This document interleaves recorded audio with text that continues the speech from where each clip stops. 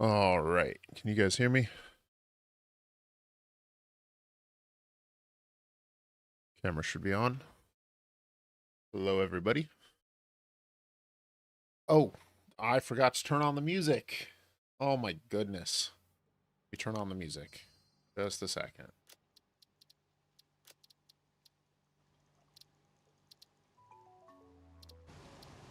Oh, not that one.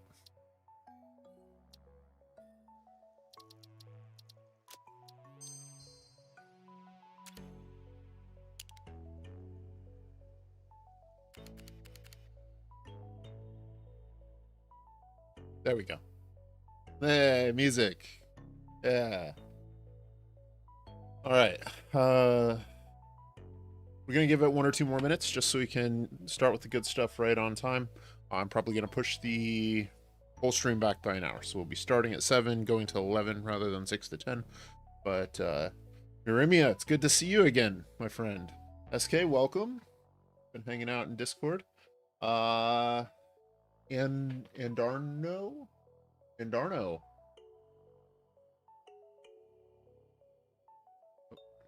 Keep this stable there. Let's see. Robert Bird, welcome. Glad I'm late. Hey, all right, Model, welcome. Sorry I was running a little late tonight. I know you were ready to jump in right at the start. All right, guys. We're gonna start here in just a minute. But I would love to hear from you guys in the chat what sort of stuff you would like to see tonight. I've got some plans for things that I am tentatively going to cover. Let me get my lighting fixed. That's going to be interesting. That's something I can do. Uh,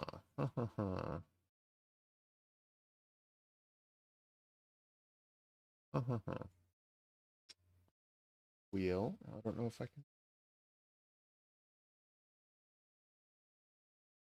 Okay. I think it might have to be a little different. This. How does this look? Don't think you'll make the whole night. Hey, no worries. If there's any highlights that are just out of this world, I will make sure to include them in my next video. Otherwise, we'll the VOD will be posted if you want to take a look at what we get up to after you turn in. But overall, I think we're just about ready to start.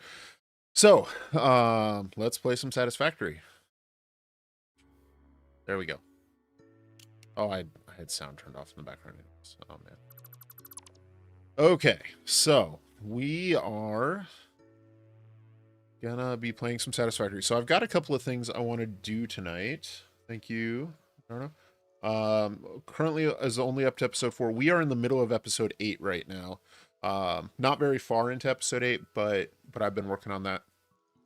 So this was a factory we built during episode 7, and it needs a little bit of work to decorate the back of it. So I figured that's something we could do.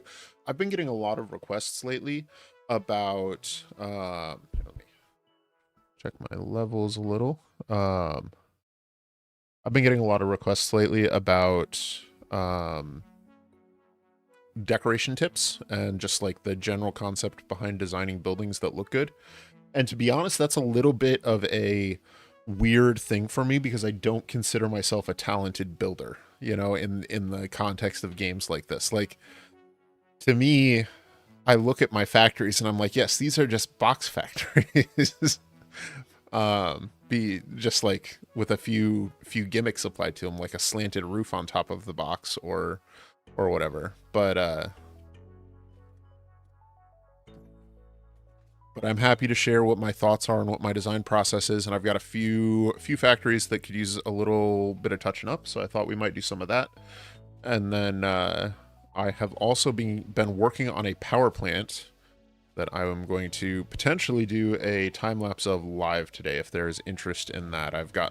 That's something else I get requests for almost every day, is like do those live and show how it's done. And I've done it in a few environments already.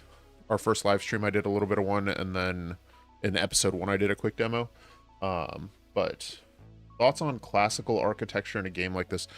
I I love it. So one of my favorite things is actually let me see if I still have it. I'm just gonna save this game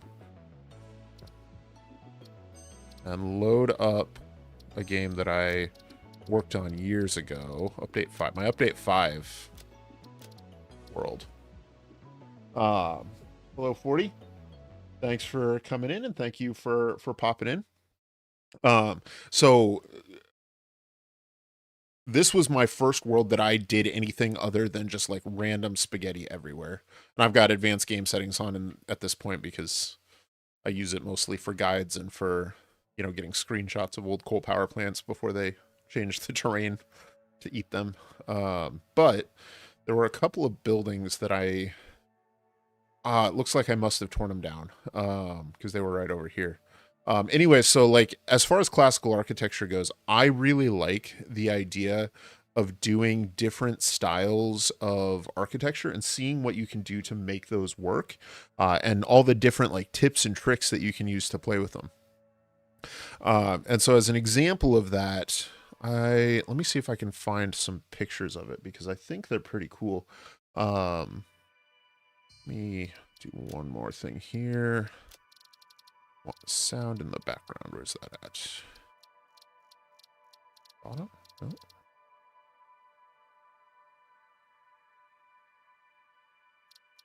That way we'll have at least some music. But I had done some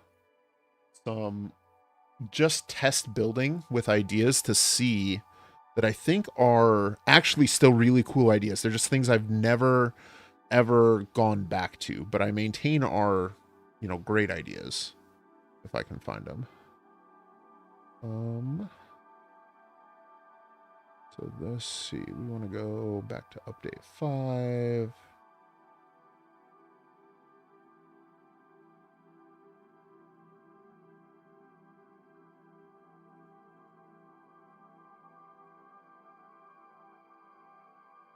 And let me come over here. My favorite style.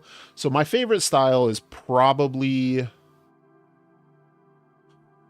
I don't even know what you would call it, but like some kind of postmodern brutalist where it's like concrete and like clean walls, clean lines, and doing stuff. Like that's the one that I like to build in the most. But I think that the best thing about Satisfactory is that you can mix and match for different terrains and different things. So let me throw this one up here real quick. See, does that? There we go. So this is one I built in update 5 that I thought was pretty interesting and had ideas about building a factory in this style. It's I titled this picture "Remember" because it's modeled after the Alamo, and so done in that sort of Southwest Americana Tex-Mex style. I'm not really sure what you call it, but I thought that was pretty cool. And then let's see if I can find the other one that I did at that same time.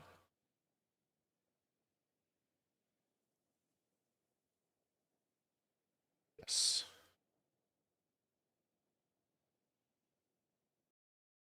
There we go. And so that one, I had been playing a lot of Valheim when this one came out. And I thought I had this notion that I would do an entire like factory system base in the northern forest surrounded by the tall pine trees in this style. And I maintain that it's got some potential, especially for something like a railway station. But I've never taken the time to go back and reinvestigate it. And you can see it was thrown together very sloppily, so the beams aren't all the same length. But this was when update 5 was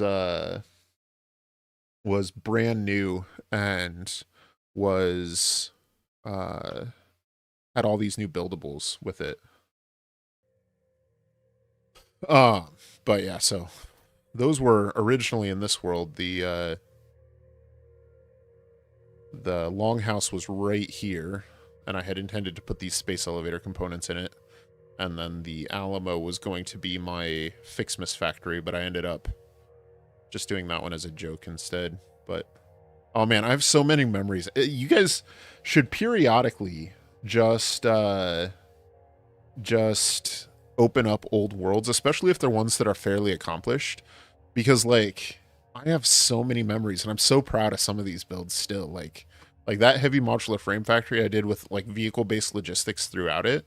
And I'm still really proud of that. My very first Fixmas factory here, my first big packaged fuel power plant. Oh, so many memories.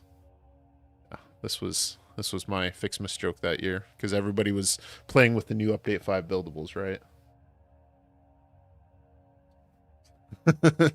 Unfortunately, I don't have my oldest saves.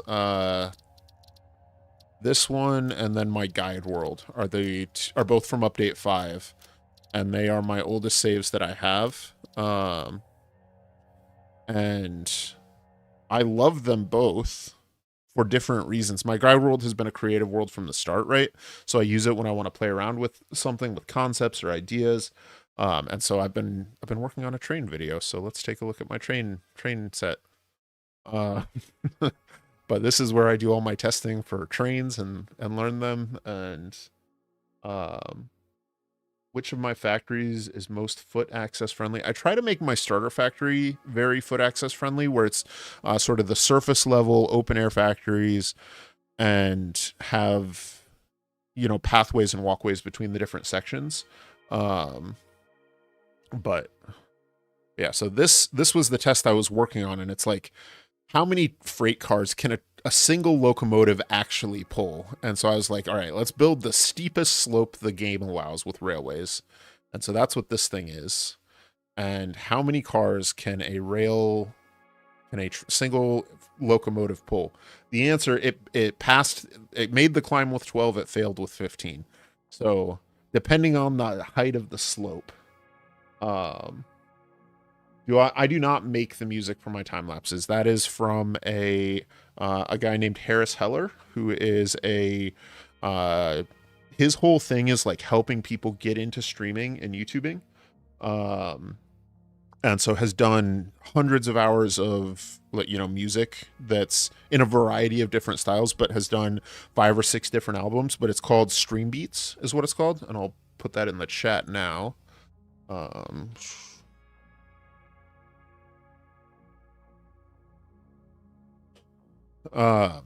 And so I think the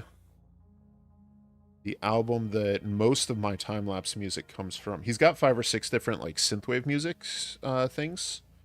Most of my stuff comes from one of them because they all are sort of a different style, and I like that style for this application. But it's from an album called Renegade.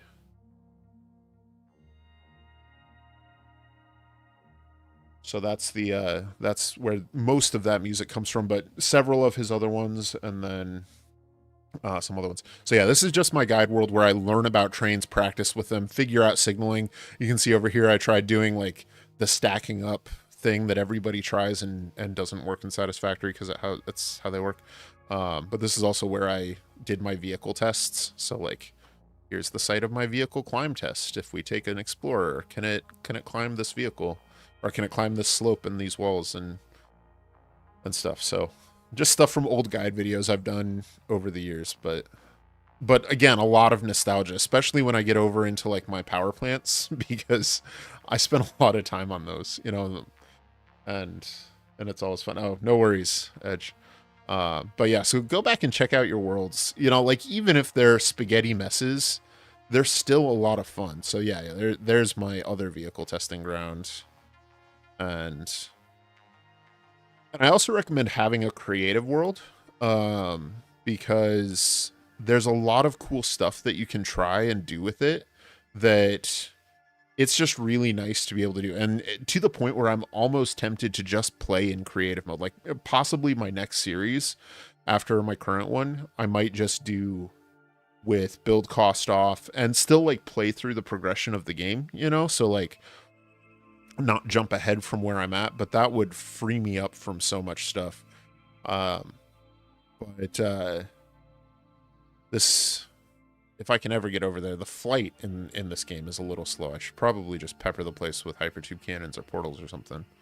But there's a power plant over here I want to show you guys that was something I had been working on for a long time and was kind of the genesis of my most recent power plant out in the Dune Desert that seems to be fairly popular. And it is here. And so I had originally envisioned it as being a full circle and also going up on these steps, on these tiers. And ultimately the difficulty of building this significantly outweighed the value that you get from it. So I ended up doing the half moon and changing things up a little bit, you know, doing the platforms on the outside and instead of the inside, because I'd worked out the width for the water extractors was what I needed to do and stuff. Yeah, I still think that this has you know, hope, or has something to it. I'm not sure what, but just an experiment. So yeah, have a creative world. Just play around with stuff, you know, do whatever strikes you. This ended up being where I did most of my vehicle testing in my most recent vehicle guide. So, but it's cooler to play around with ideas like this, like just laying out this this little road section, which was for a test for like crashing vehicles, taught me so much about like designing interesting looking roads in Satisfactory, you know. So anyways, fun times. Let's jump into something a little bit more interesting though. So 1.1. Okay, so I was thinking we would do some building today and some decorating, because like I said, I've been getting a lot of questions about how I approach that. And so one of the things with this world is that I haven't finished building or decorating this factory here.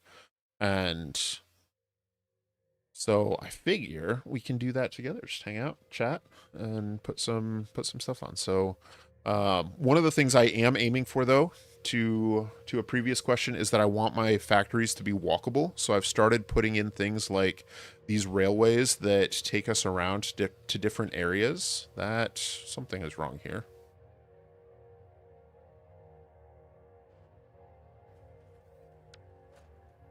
Okay, so this, I thought I was much more done with this. So we'll keep working on it. But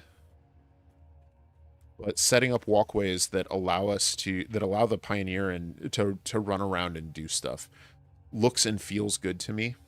And so I don't know that I have the upper deck accessible from below, but everything down here should be accessible. So from here we can, for example, come over and run up this set of stairs, and that takes you up to the top floor here. And then that is also how you can get out to both this deck, which is just above, and also out here. Okay, yeah, so that takes you back down to the bottom there. And so what I need now is something that takes me down to the bottom floor and then connects that upper deck to the top floor. And I want to use an elevator for that, right? Love those walkways on multi-Z level storage units.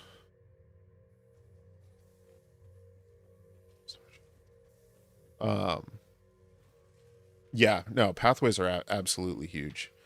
And so I think that pathways, more than anything else, give shape to a build. Because outside of the pathways, like, you know, it can all be a box, and that's fine. It can just be a bunch of collected boxes. Do I find foot access can easily become an afterthought? In practice in the game it can, but I also find myself wishing that I had paid more attention to it almost all the time. So in this case, for example, I do a lot of building down here on this thing, or have been the last few days, but I constantly need to get up to the blueprints up there And my jetpack, with the fuel I have right now, isn't quite enough to make it easily. Like maybe I can make it here, but that's too big of a jump from here up to the next platform, so I have to climb the ladder to jump across. And so that sort of thing makes me want to play around with it a little more. And so zip lines and stuff. But yeah, yeah. That's the other thing. When I'm decorating, I just sometimes go off on these wild tangents and play around. So like the stream starting area was exactly that, like playing around with lighting. And so like if we do this thing, is this then get the Pioneer to look at the camera. There you go. Stream starting soon. Nope, there we go. But was just playing around with this. Started out as like, can we put stuff on circle belts, and figuring out that like you have to build them in quarters, and so the last quarter is always going to be barren. And but then between that and playing around with lighting, came up with that idea, and we were chatting about that there in Discord, and just having a good time. By the way, let me see if I can get a link to our community Discord down into the chat or into the description.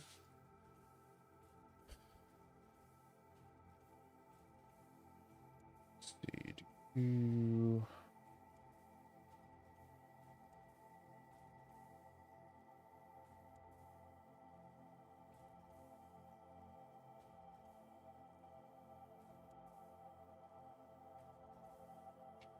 So feel free to join, guys. We're mostly just hang out, have a good time, talk about Satisfactory stuff. Um, do things. Yeah, OG Doom vibes. Oh man.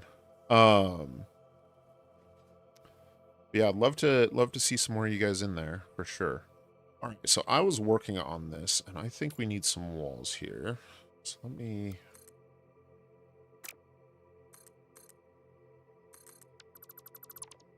And then we're going to want this one to be a concrete wall. We want it to be. I think this one's just straight black. Zoop that out.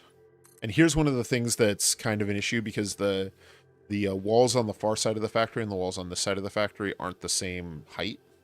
And so that's one of the things I need to figure out still. So any ideas are welcome. I think, okay, so maybe it's, I have this, 2, 3. So 2 flat glass tiles, and then 4 sloped metal roofs. Try some walls without using walls. So 2, 1, 2, 3, 4. So I actually need another metal roof to make it symmetrical here. What do you mean by walls without walls? Are you talking about like using other buildables as wall types? Because I love that idea. I've done some of that, not on this build much, but I like using the industrial railings as a fence or as a grate. Pillars, yes.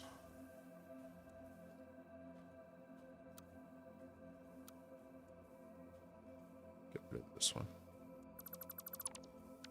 But just to demonstrate that one, this industrial railing, you place it there. You can then place it on top.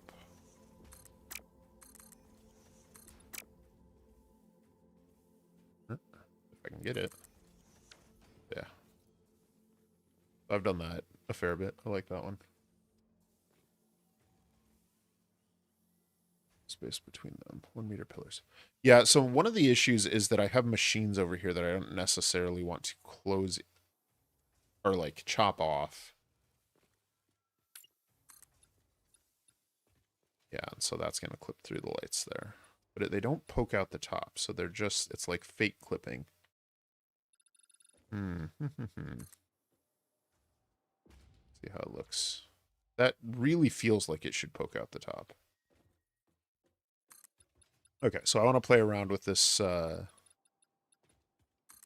large pillar idea. Let me see if I can find a place that it's suitable for it.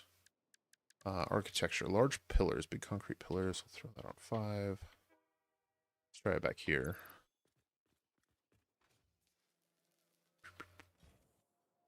All right.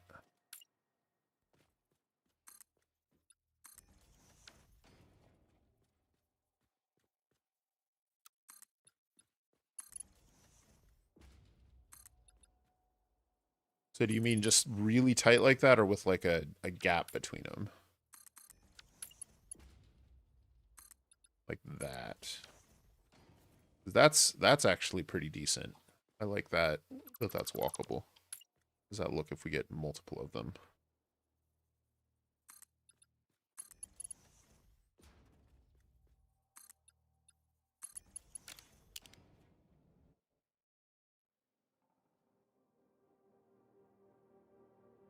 Oh, alternate the depth. Put clips into foundations.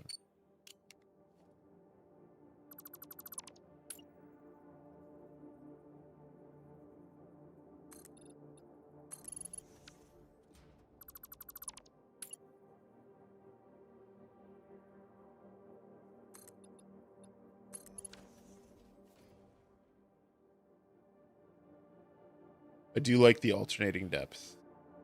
I think probably just want a 2.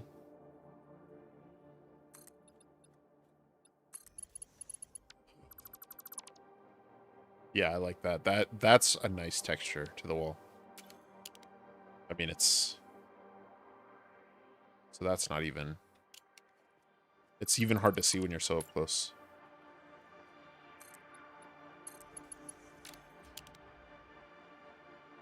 Yeah, I like that. I'm definitely going to be using that. That's very cool. One in... Something. Yeah, so one of my tricks I realized that I've never seen another creator do. I figured this one out way back in update 5, is that if you place a concrete pillar, a small one sticking out, and I think it might need to be on a larger foundation or a wall. Well, I can grab, there we go. But if you place a concrete pillar, you can actually slide a wall along it. So like if you have a wall and you nudge it, right? It jumps by 1 meter increments. And one of the things I like to do is take that wall, and if you put it on the pillar, it slides smoothly. So you can have it just stick out by that much, you know? And that is a thing you can absolutely do with this technique. And one of the things is if you go just the right distance out, which I think is probably about there.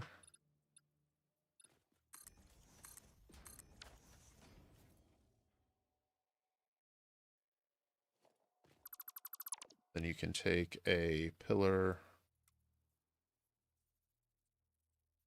and that's not quite out far enough. Essentially do that. And it creates this nice nice depth piece there at the wall corner. So that's just a fun little tidbit or tip. But yeah, the smooth wall sliding, because the alternative is to like go off grid where you get that same kind of thing. But if you already have a foundation down, you can't go off grid around it. Like there's no, as far as I know, there's no trick that like lets you like go, you know, 1/10 of a meter out with an already existing foundation or wall nearby. But the small pillars let you slide walls on them. And therefore you can use that to place new foundations. Like once that wall is placed, you can snap new foundations to it and have a offset on the 1 meter grid. So you can use that for belt lines, you can use it for windows or signs or any kind of buildables. And those are all the sorts of things you can do about it.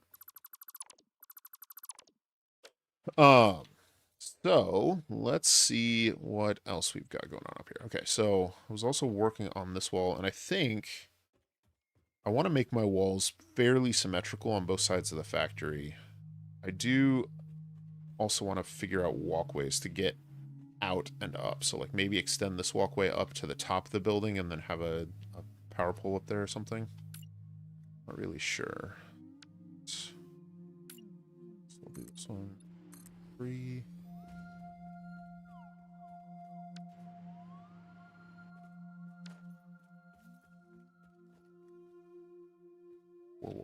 four windows, and another wall on the back. Both walls.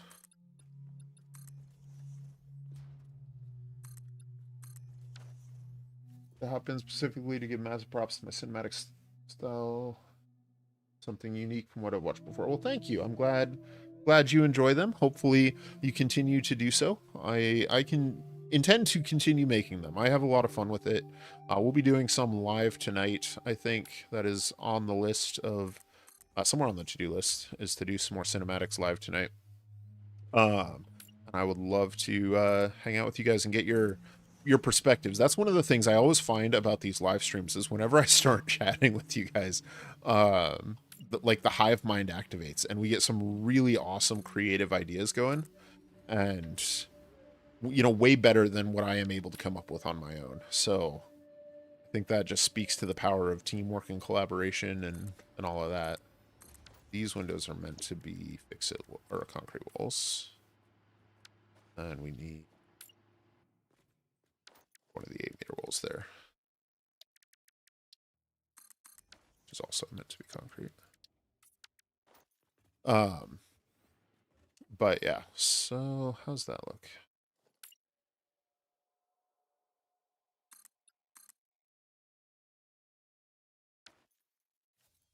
Yeah, there we go. Still feels very flat. I think it needs something to break up the texture on it. And that's where I like using these pillars is, let's see. Oh gosh, how do I even do this? I need to start with a beam now that I need a beam. Like that. Then you put the pillar on the end of the beam. Zoop it out along like so. This is one of my favorite tricks for adding texture and depth to a wall. There. Right here. And it just adds a nice little lip. You get just a little bit of shadow underneath it. Breaks up the flatness. Like that. Try this behind those windows if you like. Put pillars either side of the frame and then using diagonal cable to act as struts.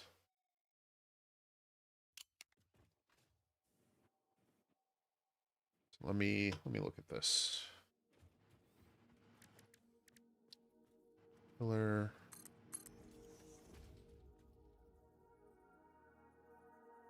Either side of the frame. Use the diagonal cable. I don't have the cable yet. That's a thing. I don't have the cable unlocked yet because I am playing this one live. I've added another mod to my my toolkit.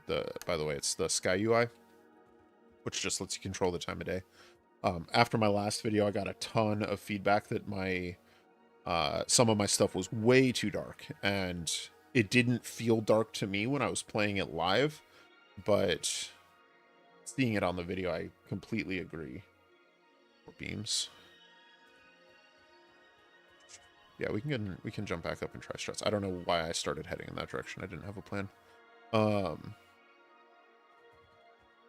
Actually, sorry. I might be a little bit easily distracted tonight because this, I want to see this. Does this look okay?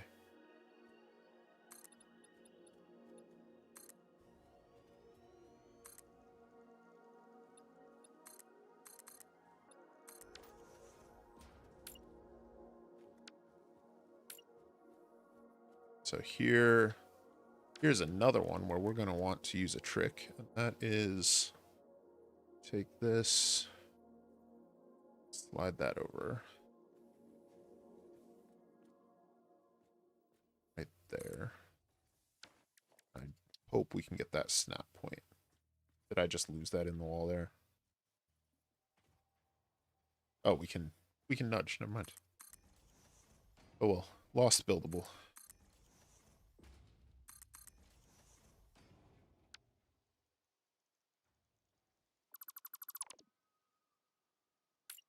All in here.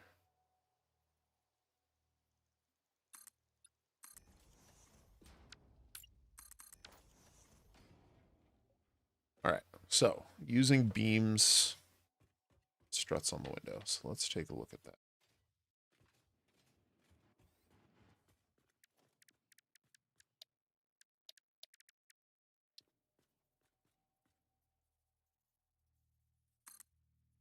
You mean something like that?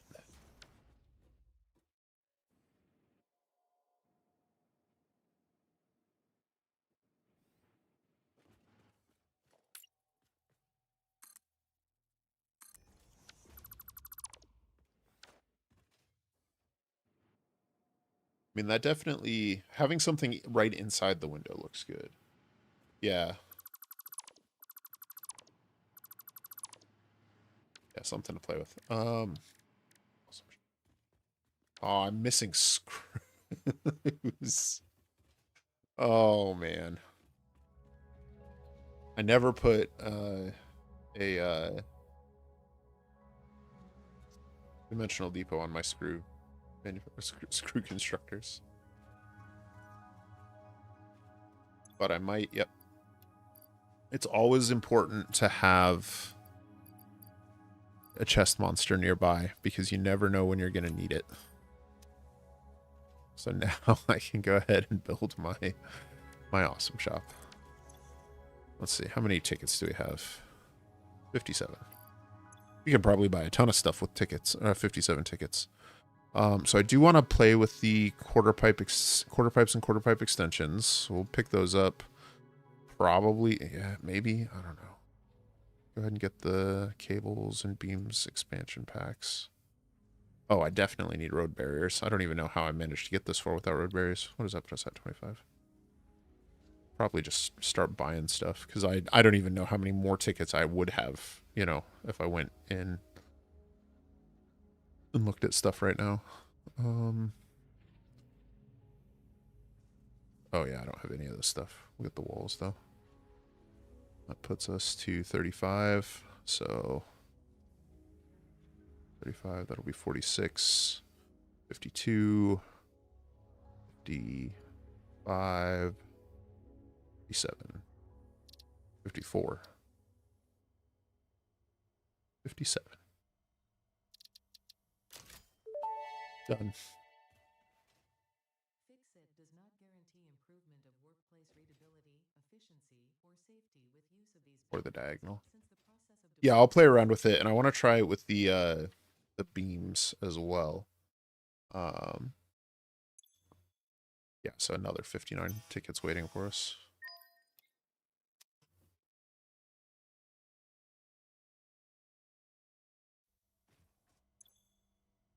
Let me go ahead and buy up the rest of this stuff, though.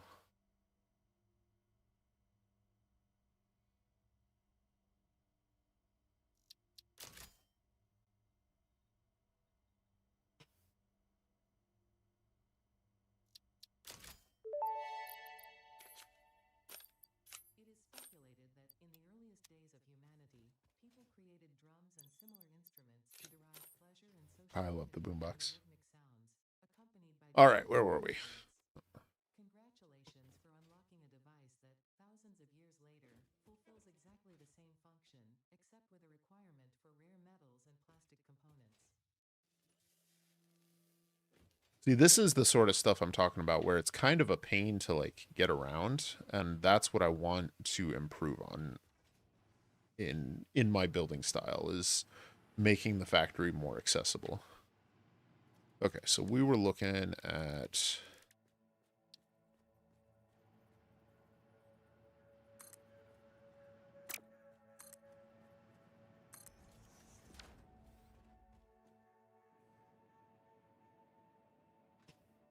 I haven't even touched these cables yet. I don't know what they all look like or what their things are. I mean, how does that look just along? Can we even see it inside the wall? No. Okay, so never mind on that. These round concrete ones could be interesting, though.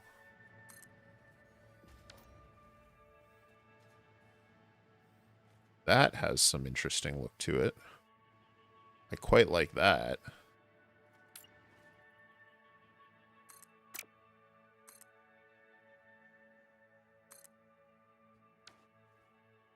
Maybe not for everything, but certainly at the base of the windows, I like that. Single cable, not the bundle, yeah. So the single cable doesn't come through the walls, but maybe like halfway up the window.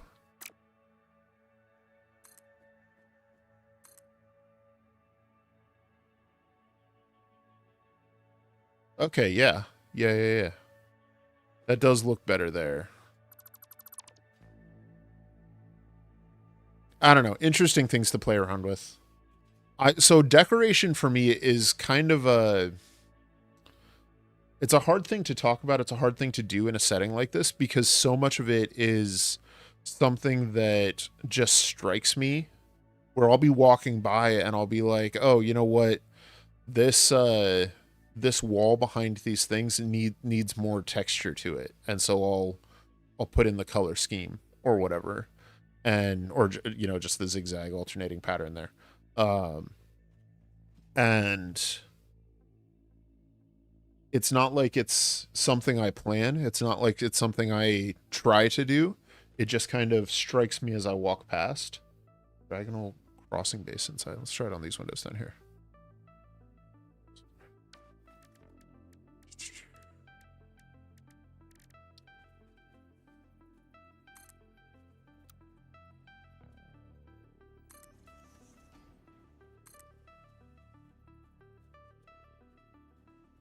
Oh, that's wrong diagonal there. Where did it go?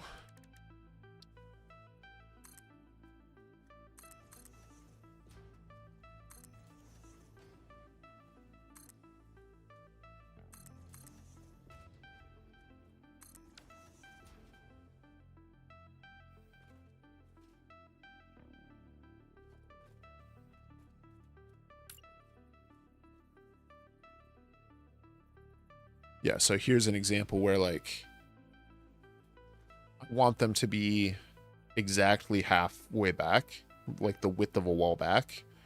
And that's where this trick comes into play.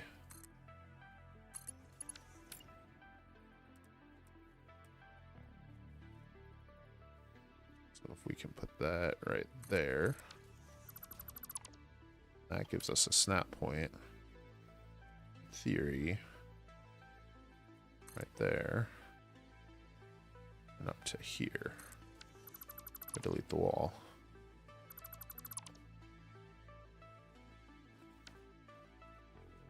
Okay, that looks cool. Where it's right up against the window.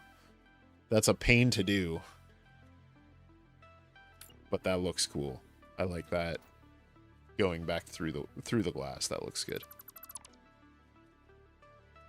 Anyways.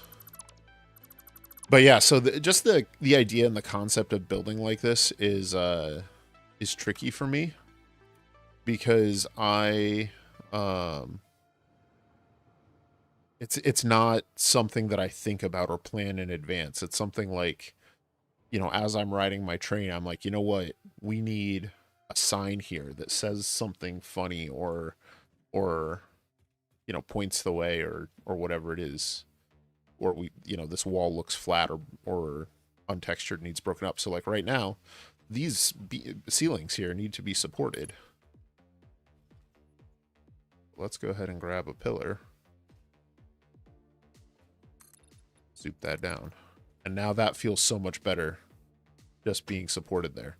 And maybe I don't like the pillar, or maybe I leave it for now and come back to it tomorrow and change it or decorate it, and put like a support structure on top or bottom of it. But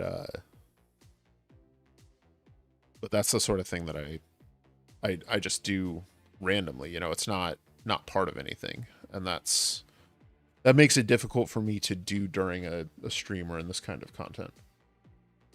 But I'm not gonna make it. Oh, I'm gonna die, aren't I? That wasn't nearly as bad as I was afraid of.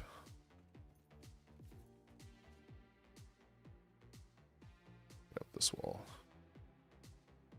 Oh, nope. Now I'm actually gonna die. Oh, all right. This, this is not normally a problem I have, you guys.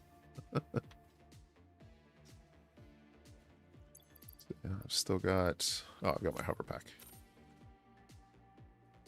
So does hover pack work along lines, or is it only along buildings? Okay, so no, it does not go along power lines, so I cannot hover all the way across this chasm here. That's a bummer. Let's see.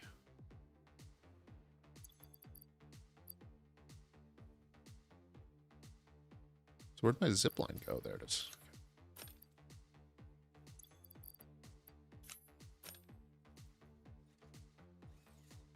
Connections. Yeah, it's within range of a connection point. But I didn't know if I haven't really played around with it since 1.0, and so I didn't know if they'd added it to just the beams or just the cabling. But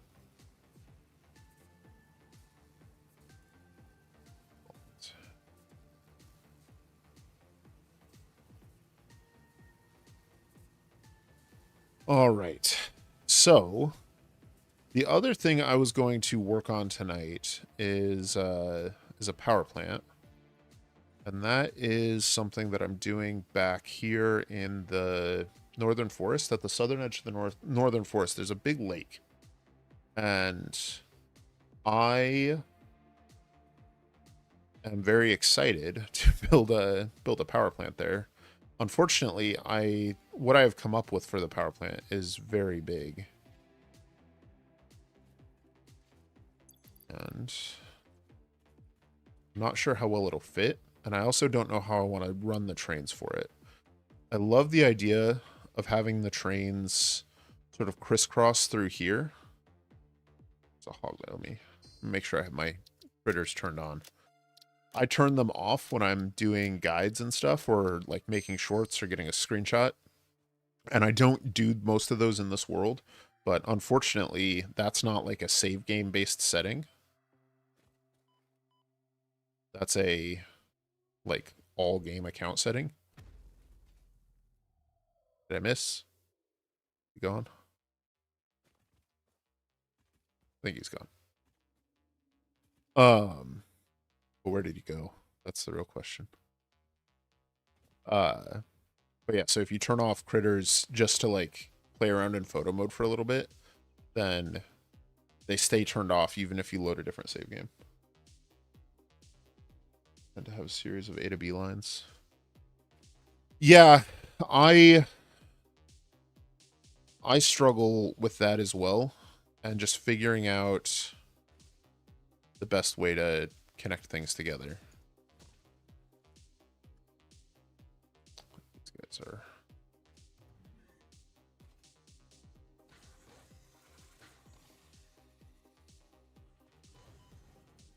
I don't really have enough health for this kind of activity.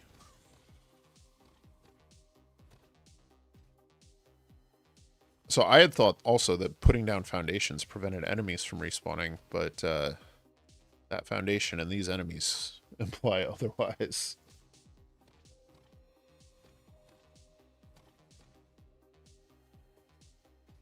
So what I tend to do is a combination of circuits and A to B lines. And, you know, you can see that in my current videos. The one that I released this way, I do sort of a long line that stretches from over here at that factory we were just at all the way down the Great Canyon and loads up some items there. And then I've got a circle loop right around my coal power plant there. Let me see. We need... All right, if we're going to keep clearing stuff out of here, we need health. So do we have the stuff for any inhalers? Yes. And we throw away. Speed connectors can go in there.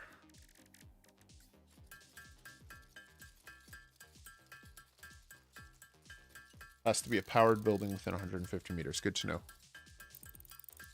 Good to know. Okay, so we have those. Oh, does it have to stay equipped in order to make music? That's fine. We don't need it. Game music is fine. So let's see. What other critters do I need to clear out of here? Drink one of these.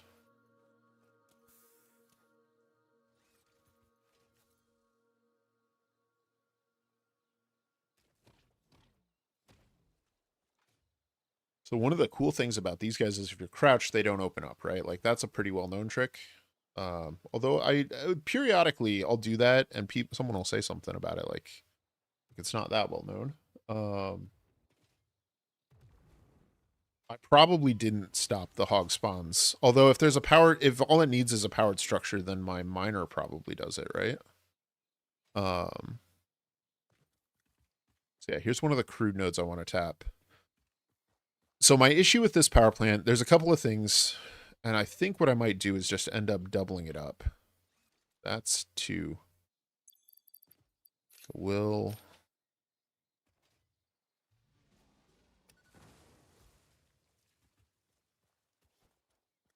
Oh, did they get stuck up there? Can they not charge down? So are they just... Do I have a pet now? Oh, this is so cool. Guys. Oh, I love it. I love it. That's amazing. I don't want to... I mean, they're going to blow up when I turn on my Nobelisk again, but that's so cool. I'd placed down these foundations the first time I cleared it out, and I was like, oh, this will stop things from spawning, right? And it turns out I placed that one pretty well because it got both of those guys on it, but they can't move. This is great. I love it. Okay. Are there more hatchers? Yes, there's more hatchers and spitters over here. Yeah, so with the sliding into the hatchers thing, like that's cool, but you can actually crouch while you're jetpacking, and it doesn't matter what speed you're going. It's just like the crouch that makes you not detectable. And so you can be flying in out of like a hypertube cannon at 600 miles an hour, and as long as you're holding down the crouch button, then the hatchers don't wake up for you. So I'm holding down the crouch button while I jetpack over to these, and just like that, they don't even know I'm here.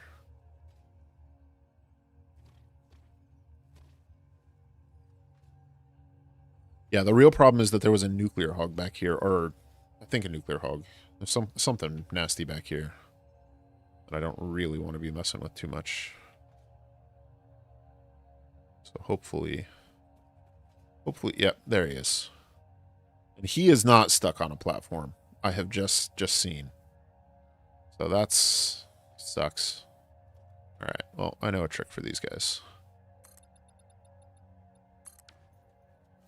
Oh, the trick is getting up there. If I don't have enough fuel, I am going to regret this. Oh.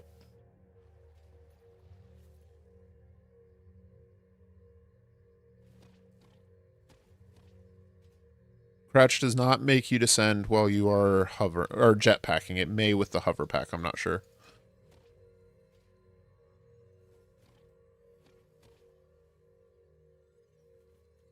Man, I'm getting so many of these parts. Let me make sure though that I have my rebar gun. And rebar. I have a little bit of explosive rebar that I picked up someplace. I have my rebar gun and 48 rounds. That should be enough. And I've got Nobelisk if I need it beyond that. So, let's do this.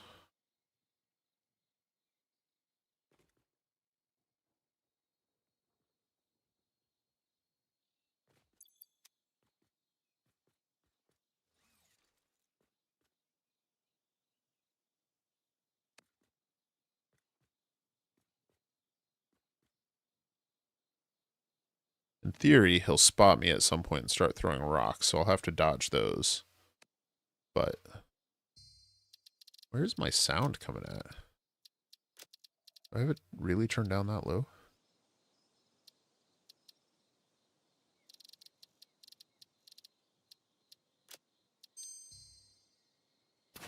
There we go.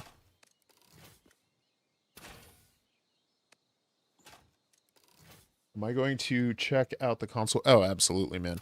I've actually played around with controllers just a little bit, and I love how the game feels with controllers. The only thing, in a lot of ways, it's more intuitive than playing with a keyboard and mouse, and I would say at least as good. You know, the one thing that I would say is different that makes me hesitant is that I do a lot of like keyboard and mouse input, and that I don't like the system interface for that with the controller on PC. Presumably it'll be the same on Xbox, or I have an Xbox, so if it'll have to be on Xbox for me to test it. But did I kill the thing? I think I killed it.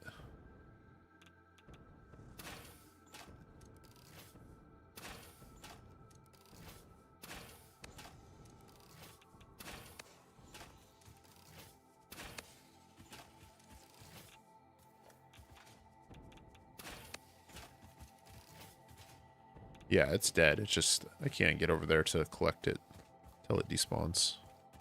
There we go. Nope. It was gone. Yeah. What can I throw away? 6 iron plates. Okay. And Darna, thanks for popping in. Appreciate it.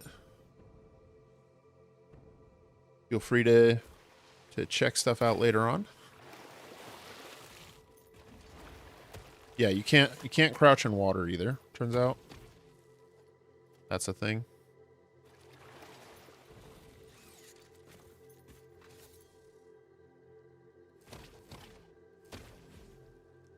Very excited for the race report because I don't think my laptop would be able to run the scale of factories you want to build.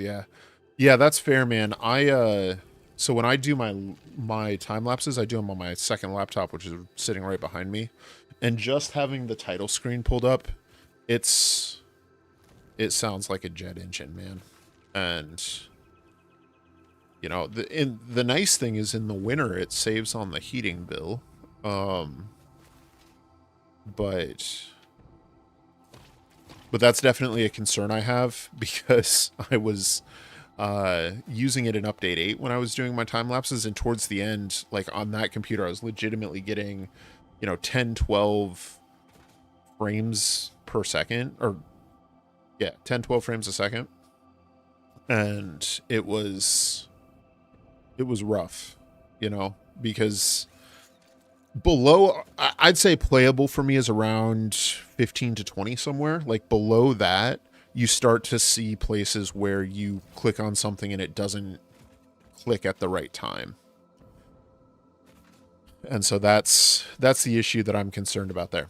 All right, so what the plan out here is to build something in this lake, build a power plant in this lake, and I think I want to do turbo fuel. Now the problem is that the recipe I really want to use is the turbo fuel blend, and I don't have that yet. And so I am debating internally about whether I should build 2 power plants or if I should, bum rush aluminum real quick. So, and then hunt hard drives and get the turbo fuel blend recipe. And I don't know the answer to that. But what I've got right now is just diluted packaged fuel going into a sort of traditional, classic turbo fuel recipe. And I've got a blueprint for it that I've been working on.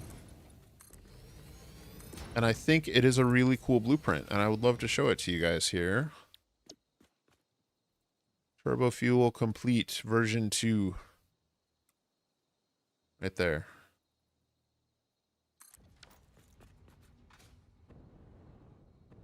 In all of its glory. I'm actually really proud of this one. It's probably not the most complex blueprint I've ever made, but it's not close. Well, that was the other thing I was going to do with this factory X edges, because with turbo fuel, right? You are working with crude oil as the basis for all your stuff, but then you also need sulfur and coal. And so if we throw down a MAM right here and take a look at the sulfur tree, you can see that the smokeless powder is going to take plastic and black powder. Black powder is sulfur and coal, right? But we've got the crude, so we can make the plastic easily. And then that gets us into rebar. So we would need potentially steel, potentially iron, but we've already got coal. So if we bring in iron, we've got steel. And then the rifle, I think, also takes rubber and copper. Is that right? Ali, welcome, welcome. Um,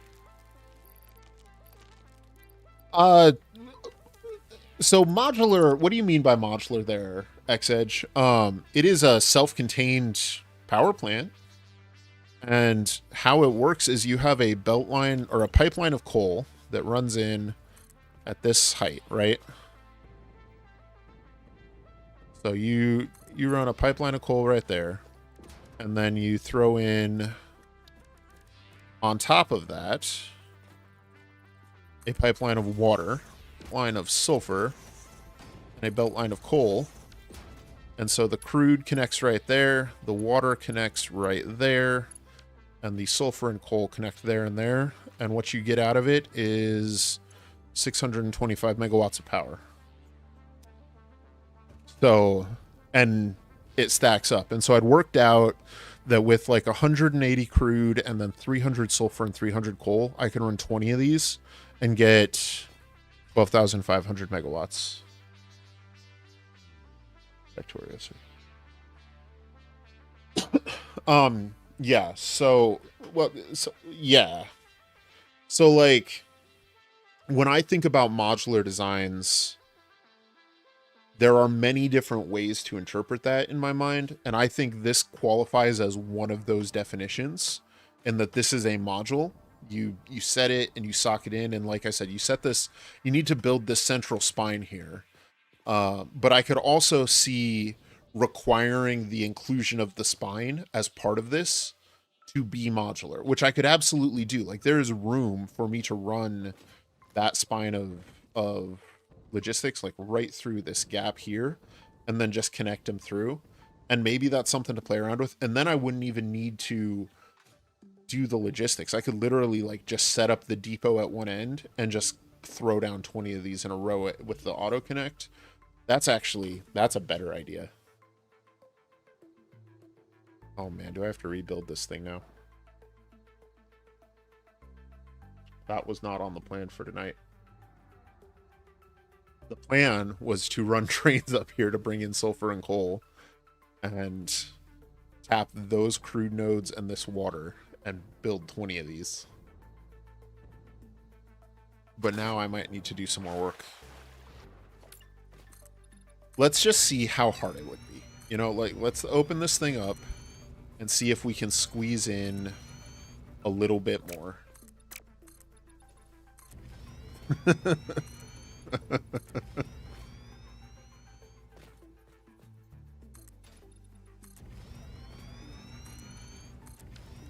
Okay, we need a blueprint designer Mark II.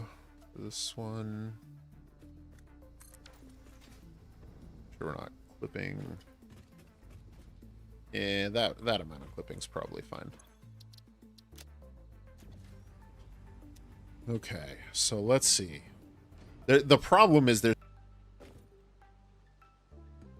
I think the spine has to come through right here. Right in this gap. And also the awesome sink is probably not a permanent fixture. That's the other thing, is that I put that in there so that if I set this down, that I wouldn't have to worry about it, right? Like, I don't care about there being polymer resin output on it because the sink is there. But in this particular factory, what I was envisioning was instead deleting that sink and then taking that resin to make the plastic, both for packaged turbo fuel and also for the various like weapons and munitions upgrades, or, you know, items that I would use, and then sinking any spare or leftover plastic. So that is It's kind of what I'd envisioned there. But I do think maybe I can... nope, there's a building on this side. So it's got to be right here. So let's play around with this. So we need crude and water to come in back here. So let's try setting those right there.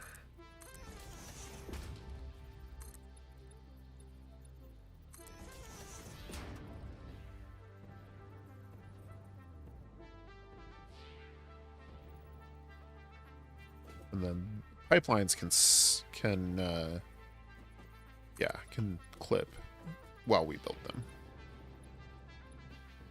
Now, is that in the same line, though? No, it's not.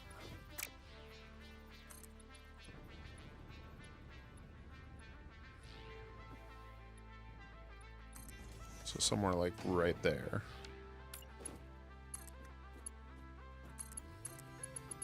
So if that is crude and one of those is water...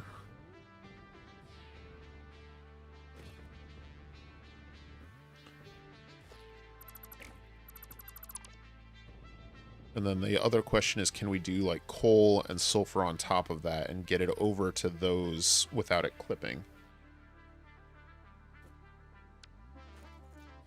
Oh, thank you, Andrew, and welcome back.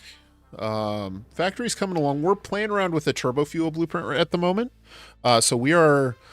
I had come up with this turbo fuel blueprint that I thought was pretty cool. And then someone pointed out that it's not modular enough. And... as soon as they said that, I see it. So the idea of what we have here is that you build a bus that's got a crude pipe and a water pipe and then a coal line and a sulfur line. And I've got this blueprint here where the crude goes in at the bottom level, water at the second level, sulfur and coal, and it gives you turbo blueprint. But what really needs to happen is that this bus needs to be built into the blueprint so that I don't need to build the bus. I just need to build the blueprint and it will automatically self-connect. And that's what we are working on right now. So that's what this bus of pipelines is for, is trying to... this one of these, let's color code these just so we're not going crazy here. We've got crude there, and we've got water there. So we've got our crude and our water, and now we need to bring in our belt lines. So can I fit two of them here, or just one or none is the question. So if I do a belt line, right? Okay, so no. I cannot do a belt line there. That's the next level up. Okay. So it will have to be on top.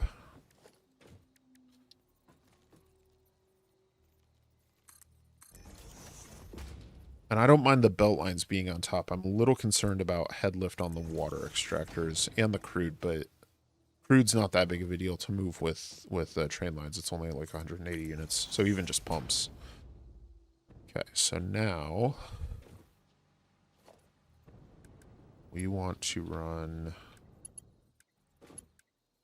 probably want our top level belts, at least Mark 4 right there. And then that, we need a splitter on. That's the other thing. There were no splitters in this before. Now I'm going to have to do the splitters in line, and that might not look good. Conveyor splitter. So how are we going to do this? I think right here in line with this belt. Right there. Then we would have the other one immediately on top of it. And then...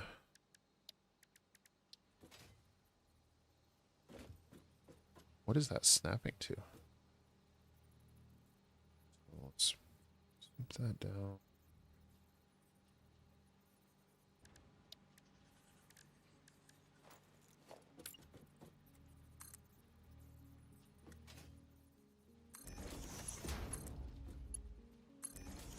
That to there.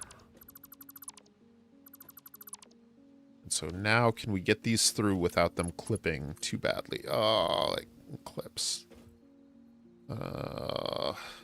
It's off by that much. Okay, that's fixable though. Like, it's a pain in the butt, but it's fixable. We just need the splitter to be...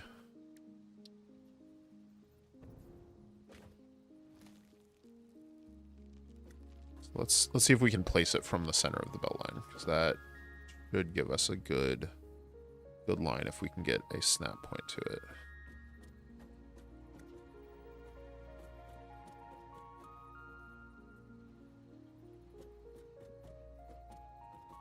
Oh my gosh, this is so hard.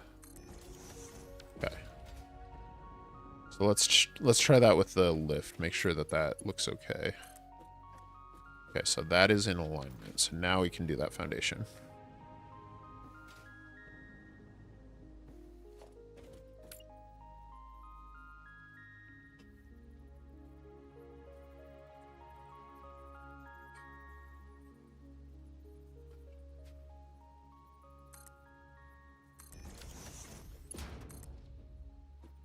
Oh, but the foundation, it's no...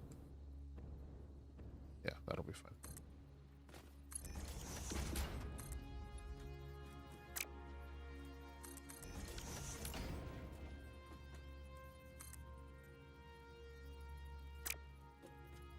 Further out. Actually, I think we probably want this one to be the one that's further out. This one to not quite go out, so... There. Second lift. Come up here.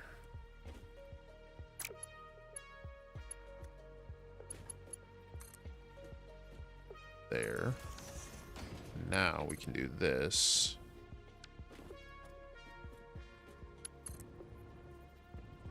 No, we can't do that. No such thing as spare plastic, yeah. Alright, so, but we got this one. And so this lift can be replaced with this way and should be able to connect over right there. That looks nice.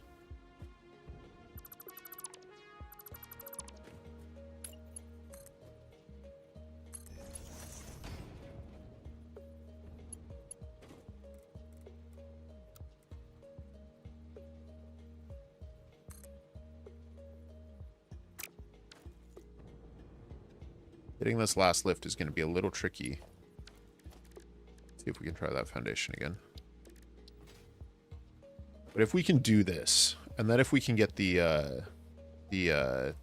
pipes to line up nicely.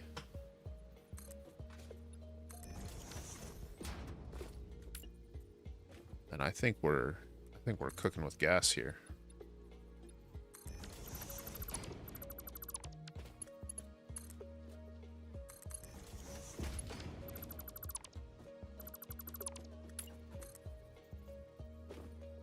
That is definitely not clipping right there.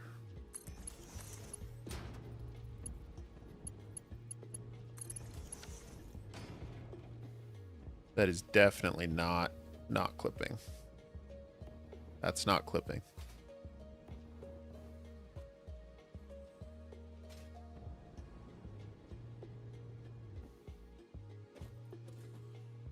No, that corner's always been rounded off like that. Okay, so we got the solid components. So now we just need to get the pipelines over to their destinations nicely. And also extend everything all the way to the edge. That's okay. That's easy enough to do.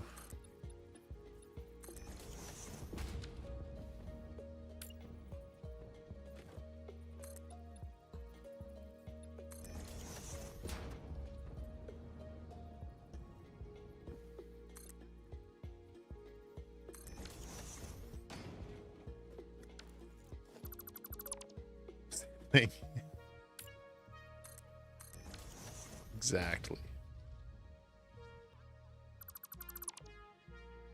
We'll want to find some way to support those, but for now, extend that over to there, extend that over to there,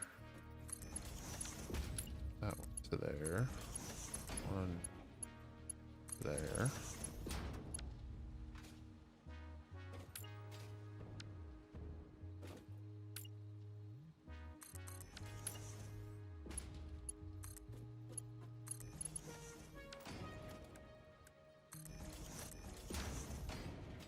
All right. Now we should be able to get rid of these hanging boreholes and just have the pipes there until we can figure out how we like supporting them.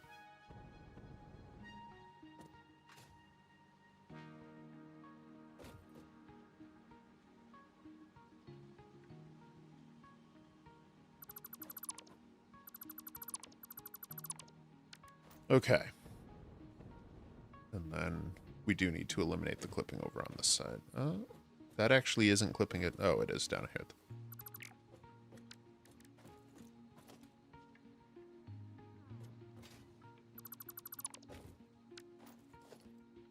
All right.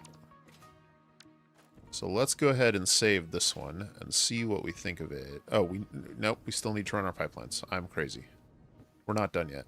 Okay. Water should be easy, because this side's fairly clear. It's just a matter of doing it cleanly.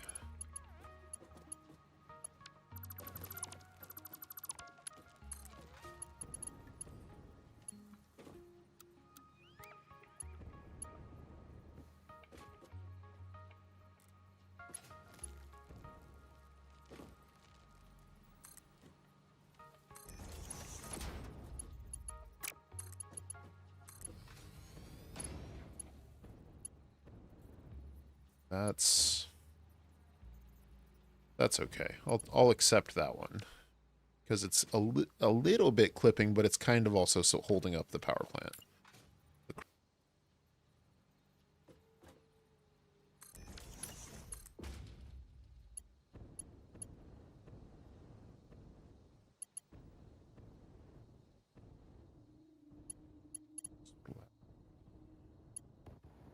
Okay, so what about on top of the refineries?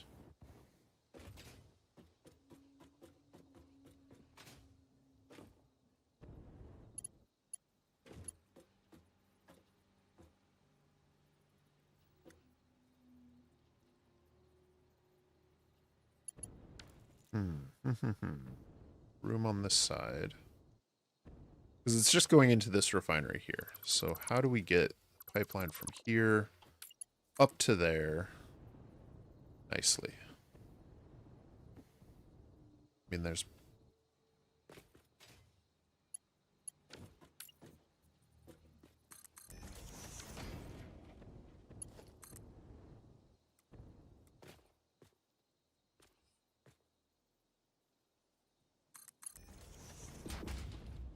That void's clipping down there.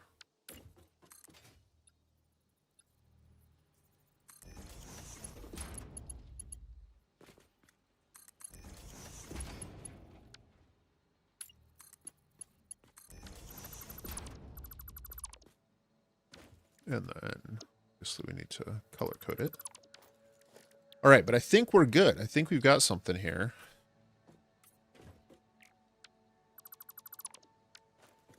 I think that should work, as long as we have the head lift to get the crude that high up. Yeah, let's give this one a crack and say, call this one V3.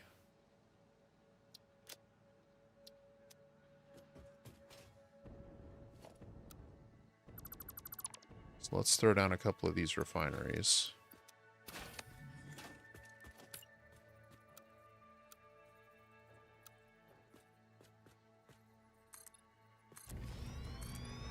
See what we think. Are we going to have easy turbo fuel power plants?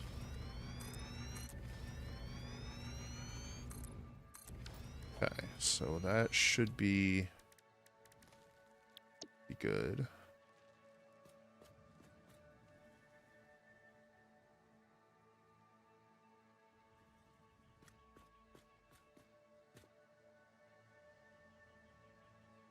So we set that there.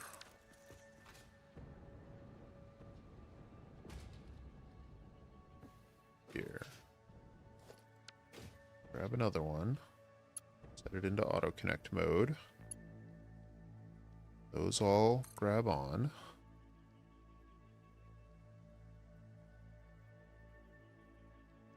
One more missing resource. What am I missing?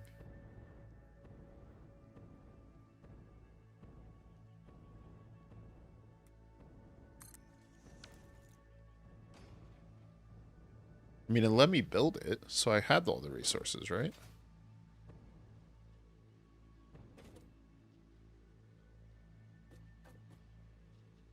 And so now we just need to test this with bringing in stuff, and I might be building these backwards. You know, the front's over here this time. But that's okay. I think we got something here. I think this is pretty cool. I have no idea how I'm going to decorate it. I tried to make sure all the smokestacks were on top so I could put a roof on it if I want. But it is a mess. The issue is that it uses a lot more sulfur and coal than the turbo fuel blend. At the expense of crude oil. But yeah, I think we can make this work. Let's go ahead and throw down some trains and start bringing some of these resources up here.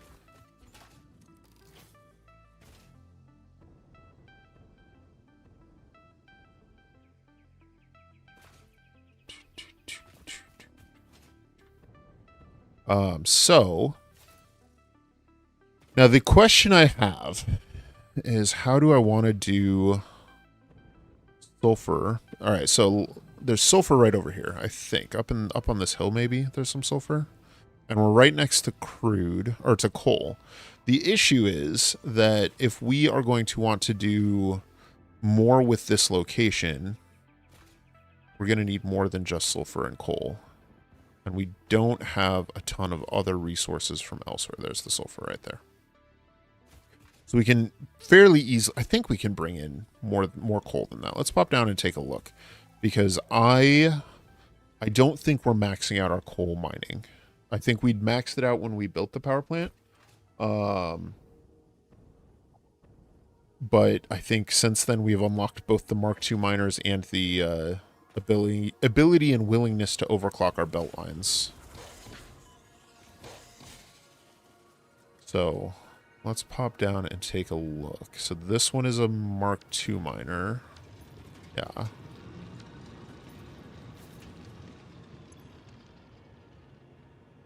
Okay, yeah. So this one we could get another 240 coal out of.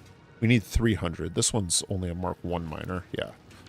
So we could absolutely squeeze out quite a bit more coal. And we're already sending that coal upstairs, which is cool, because that actually makes things easier. Because if we upgrade this to a Mark II miner, that supplies for this whole power plant. You know, we can then divert this entire miner without running any additional logistics. So let's do that. That's a Mark II miner now. We want to make sure we are on at least Mark II belts, which we are. Let's give them Mark III just to be sure.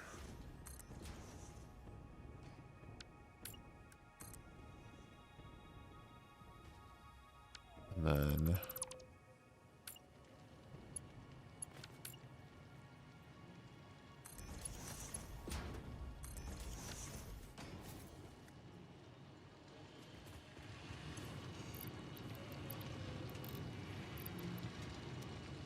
I think that is, you know what, let's overclock it just a little more, just to make sure that any pauses don't leave a negative problem. I'd rather have this flicker than have my power plants flicker. Logistics are nightmarish. So I maintain that nightmarish spaghetti is one of the most fun things in Satisfactory. It's one of the most fun ways to play, and I love doing it. I just know it's hard to make it meet my other needs. Like, I wish I could show you guys my update form, because it was a marvel of spaghetti. But I made the rule that I wouldn't clip. That was the only rule I made. But there was no foundations. There was no logic or sense or order. Buildings went down wherever I had room, and sometimes related logistics lines were on opposite sides of the factory as a result of that. But because I refused to let belt lines clip together, by the end of it, it was almost artistic. You know, like, I'm trying to think, it looked like it belonged in some, 1970s, like, heavy drug use era art gallery. because of the waves and the lines and the curves and the colors and how they just interplayed with each other. Like it was art. Hey, I'm getting pretty good at this whole like trapping hogs on foundations thing. That's pretty cool. I swear I did not plan that. That is awesome though. I love it. Okay. You guys need to stop distracting me with talk about spaghetti because you're making me hungry to play with some chaos. But I need to run a neatly organized train logistics line.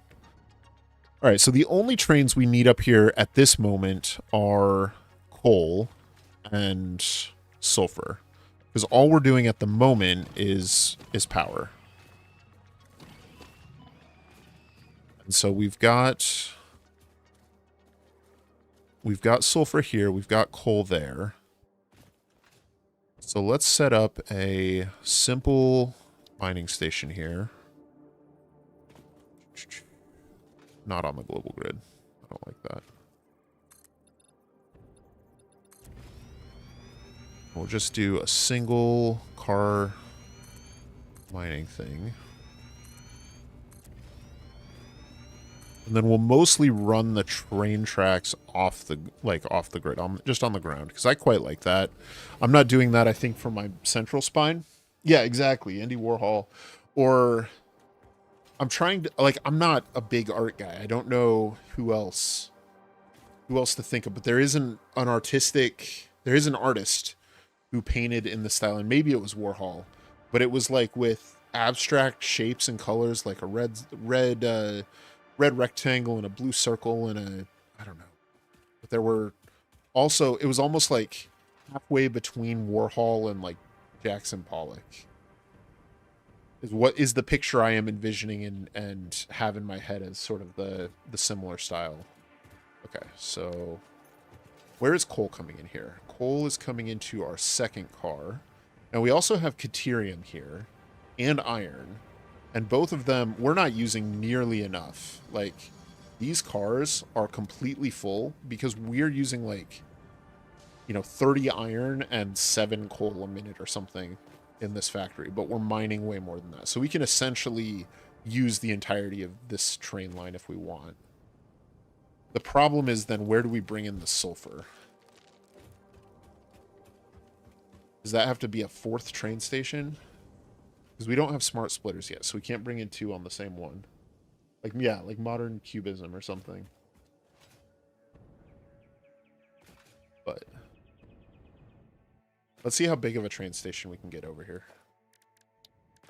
Alright, we need a train station. Probably going in that direction. We need some freight platforms. Actually, I think we can do empty platforms for 1, 2, 3. So we should be able to fit a 4th platform pretty easily. So 4 is not bad. So let's do a freight platform here.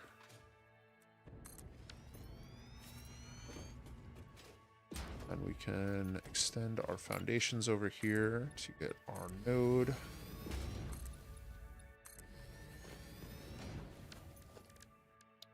And Mark II miner. This one will do 120. We want 300 though. Sure. So we need Mark IV belts.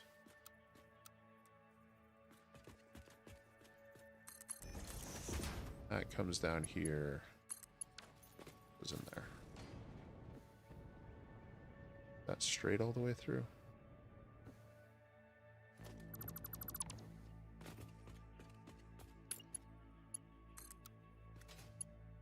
There we go.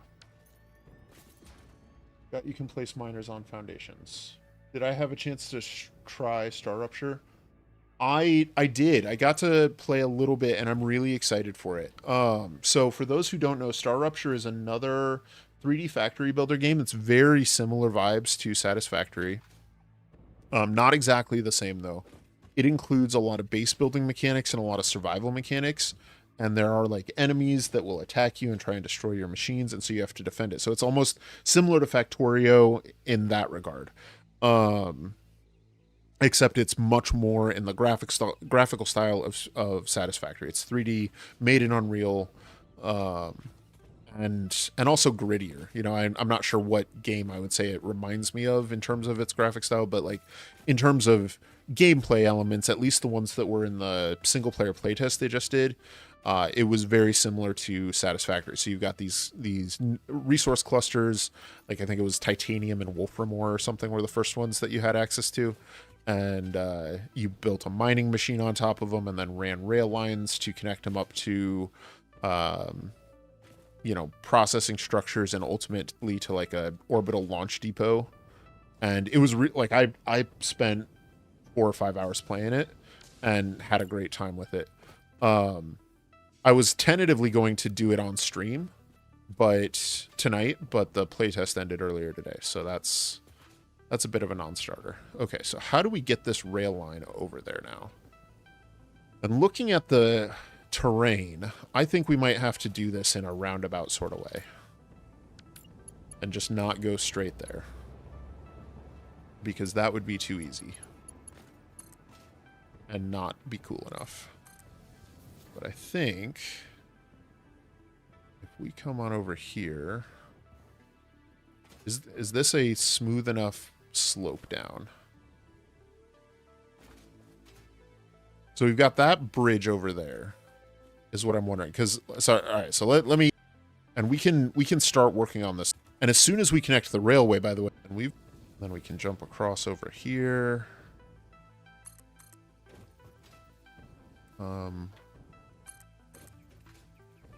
This way. And I'm just going to pretend that we're definitely not clipping through anything. Like through the ground back there at all. Except then we've got this giant rock in the way. Ah. So we can't use the bridge. Is there like a path down though? So there's a path down on that side. I mean, we could do a train spiral. But if we're going to do that, we could just build a bridge. Like, we could just build a bridge.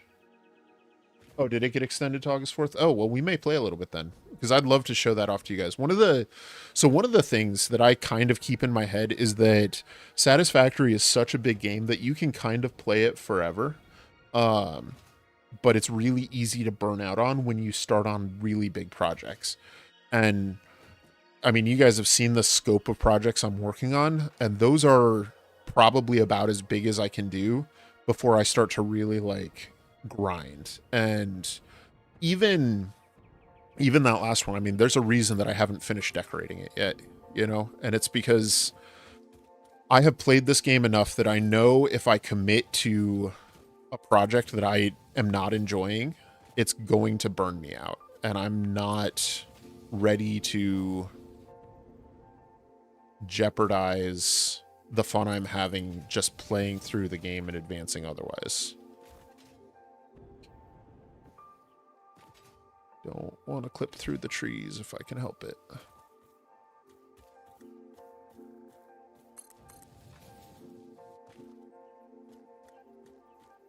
So sometimes with rails, you can get a sharper turn than you should be allowed to as long as you do it a short one.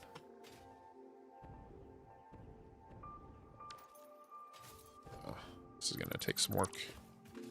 Okay, so we've got this pathway here. Does this pathway even take us where we want to go? I guess I should check. Yes, it does. Okay. So let's start over here and run through. And, you know, I could always just, like, build, you know, towers and bridges and stuff to connect this stuff up. But where's the fun in that? You know, you need spice in your life. You need something that makes you hungry. What if we bring this one up here and down? That is not a train I would want to ride on, but it's a train I'm probably okay sending my coal on.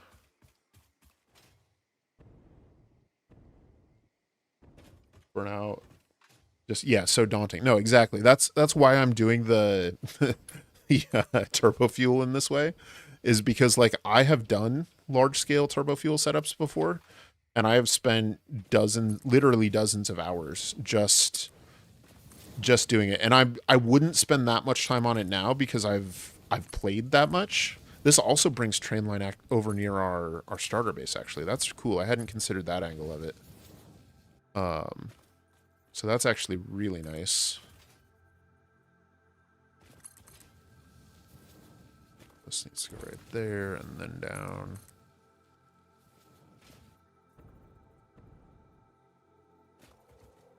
Probably gonna have to mine out that quartz.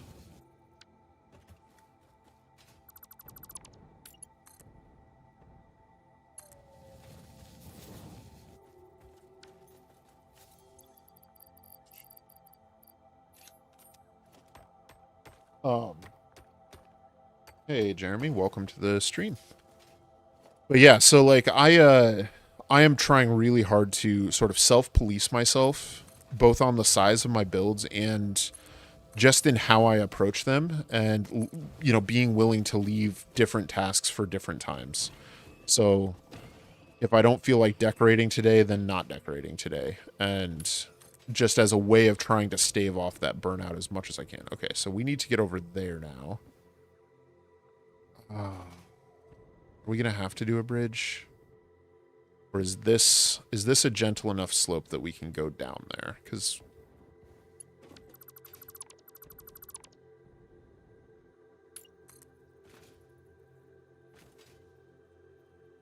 steep, too steep, too steep. Too long.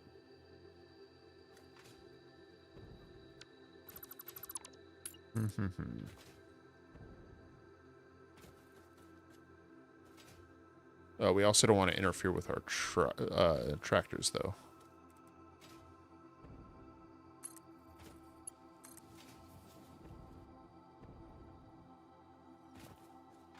So we are either too steep or too long, which, you know, has always been a problem for me. Let's see. How do we do this? I mean, we could always cheat and like build a platform halfway down. Or do a train spiral. Yeah. Yeah, so I mean the blueprint, the idea behind that oh, there's a blue spot. I saw it. Let's find it. It worked. Oh. We're on to something here.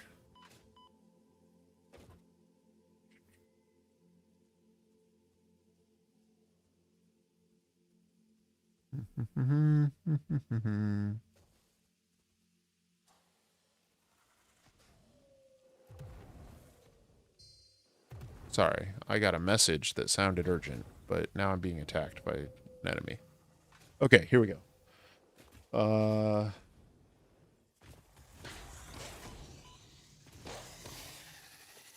right. Where were we?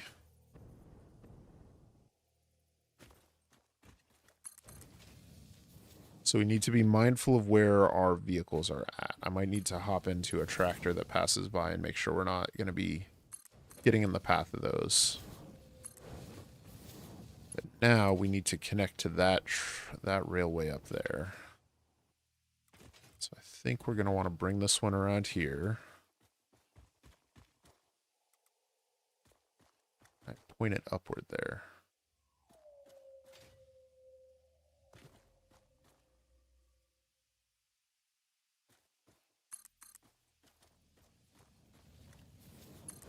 And then that might be able to connect up there.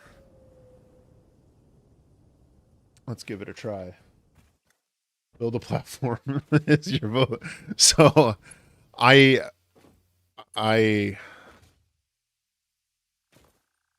might have to do a platform up here if I can't get the tracks to diverge nicely. So that one's too steep as well.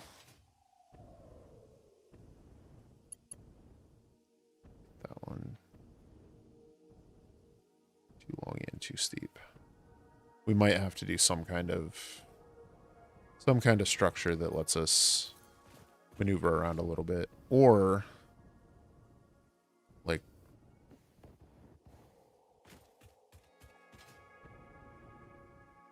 oh wait, no, that's the wrong rail. What am I doing, you guys? We need to come up on this side. We're on the wrong side of the business over here. We need to come down from over here, not from over there.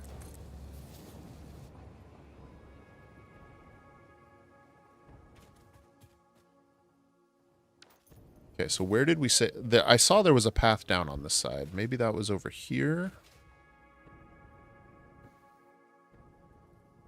Yeah, I think we can connect down over here. Did you just go in a circle? Yes, I just went in a circle. That is, I mean, that's not entirely, like, bad to just go in a circle. It's not what I wanted to do, but it's, you know, it's okay. The trick is just getting the line down where we want it to be.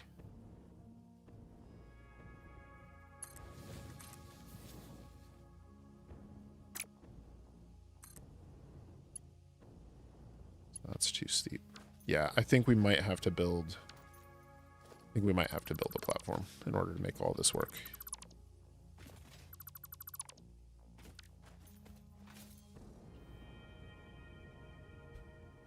And that would also save us from having to go across a train line, or a tractor line. So, now you act like me. All right. So we want to, let's zoop that out. Do that there. We'll build the platform, then figure out how to make it look nice. And make it fit in with our world and what we want to do. Takes me 30 minutes to notice. Okay, so let's get up here and take stock of where we're at and what it is we're trying to do. So we are trying to connect from that blue train station to another train station up there just across the way. And instead of just building a bridge across the chasm like an intelligent pioneer might, we built our rail line to go all the way around and across a natural bridge 200 meters away. And now we're building an even bigger bridge than we would have needed over there in order to reconnect the train line to our original track. Yes, you can. And that is certainly something to consider. That's a good call. We'll get this one more or less in line. There. And then let's see if we can't get this one to not clip through this wall.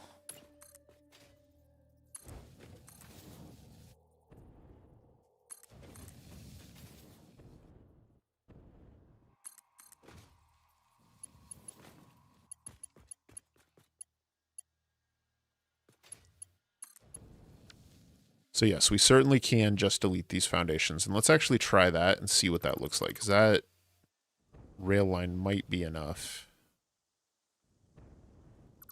And especially if it ever so slightly touches the wall right there, then we can pretend that that's well enough supported. But that's only half of our problems, because now we need that train line to go back to our back to where we're building our power plant, and then set up our station there with at least four stations, and then have it loop all the way back around and connect over here.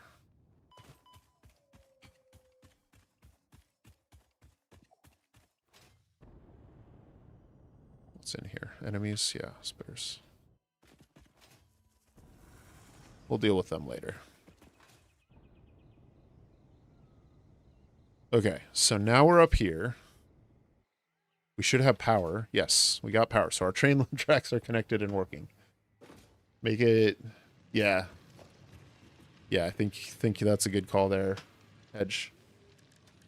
All right, so now railway tracks coming on over here, and we need to make our way down to there.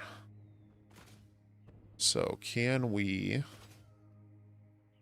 just squeeze this through here? Can a train run on this railway? Add a blue spot. There we go. So can a train run on this railway without clipping? I'm willing to probably accept...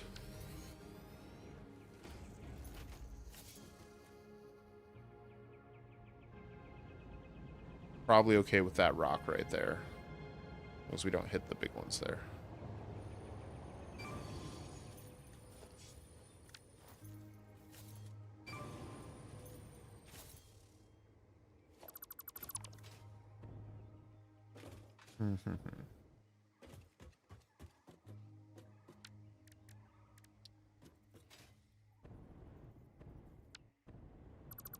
Let's try placing this one again.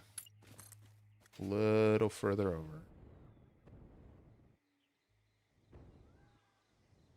We'll clear out that tree. That tree is optional.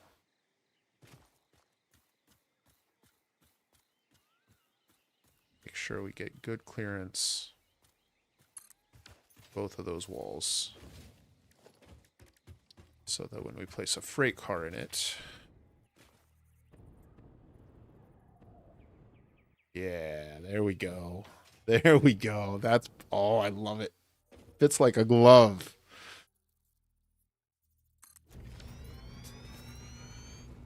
Oh, it's beautiful. It's so beautiful. All right. All right. So now we need to come down here and build a station. Yeah. The first one was a little rough there. That's okay. All right. So I like this orientation of the foundations for the lake body. I think that's probably big enough to fit 20 of these. You know, you reckon? It'll probably fit 20.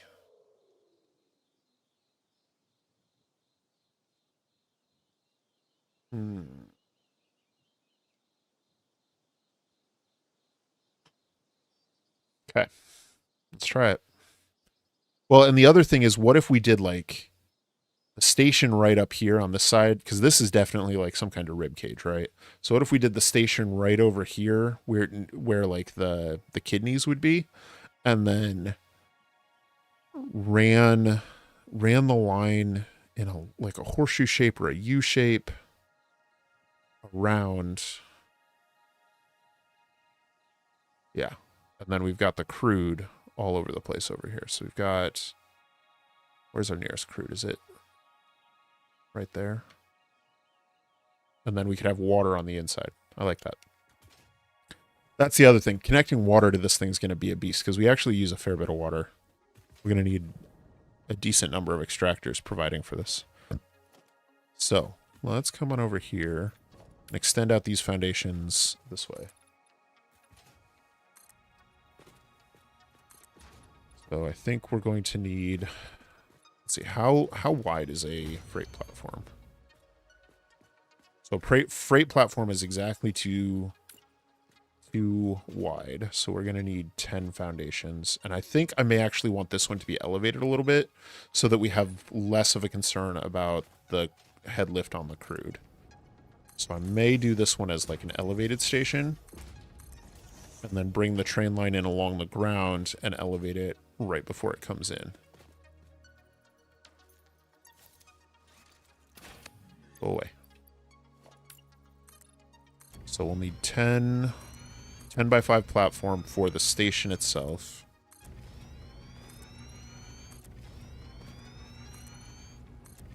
Then probably two rows for logistics and unloading. And then one at the beginning to provide for that stuff. For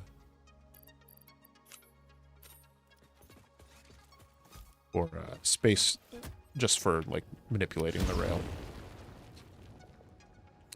Okay, so now we need station.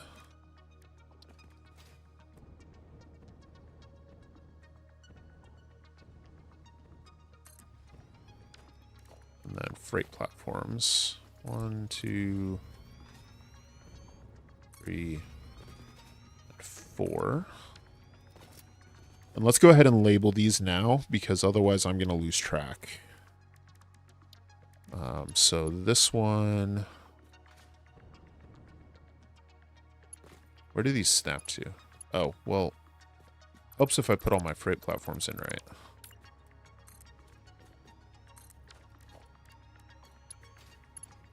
Okay, so this one is... I don't like how that clips at all. It's actually going to be on the green side. Okay, so let's do black text, white background. Silver.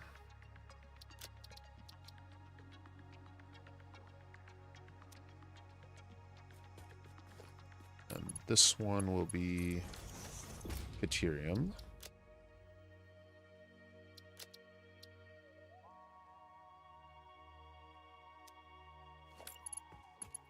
This one will be coal.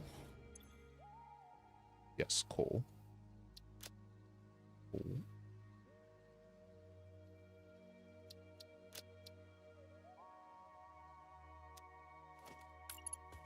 And this one will be iron. We're just bringing in raw ore right now. We're not doing any smelting, pre-smelting.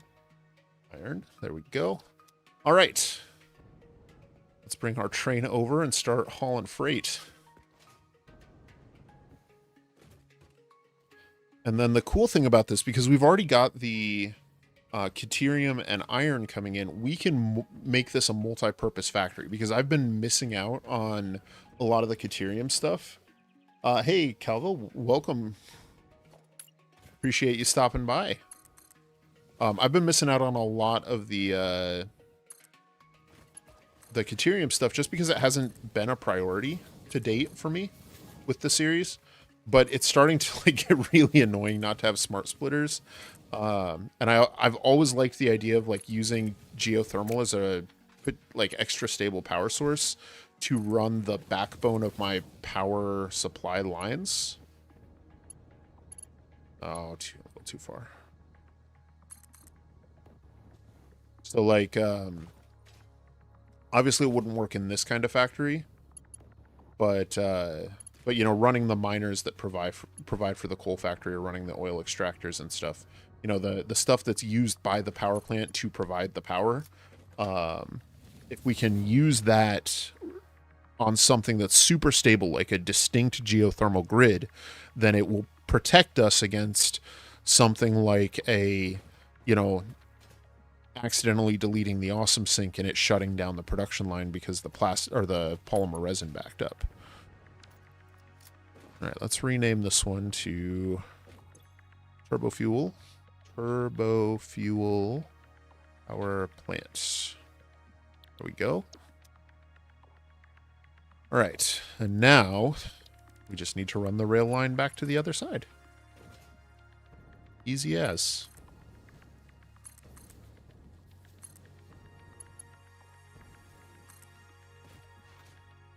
And when we're cutting across the ground like this, we don't need, it's so easy when you're not doing anything fancy with it. Bring that one over here. There's probably no more nuclear hogs back here.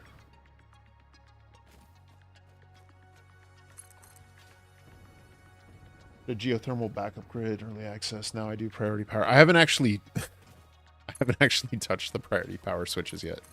I know those came out a long time ago. I've just never gotten around to playing with them. Okay, so we're actually at the wrong end of this thing. Oh, we're at sulfur. So we need to cut back all the way through here to get over there.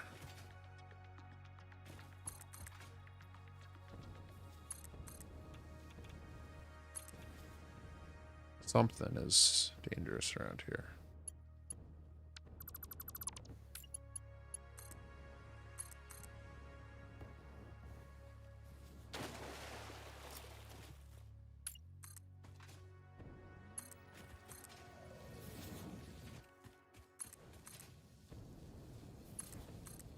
See, I love...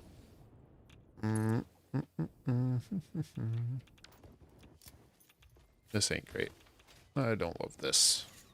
I was going to say I love running trains through nature because you get to see all these cool sights and things. And so now we're going to destroy them all in order to kill this nuclear hog.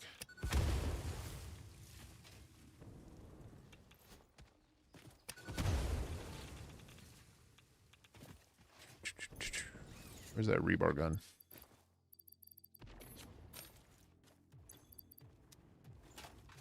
Oh, he's got fens now.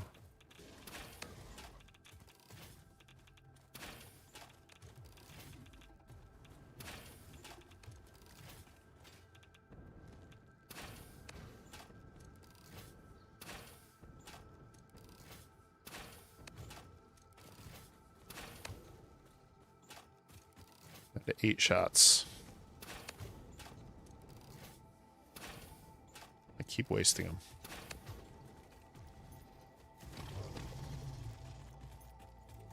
All right, let's get this guy. I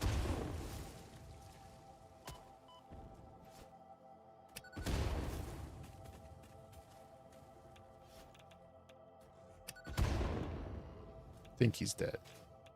I'm not sure. I don't see remains.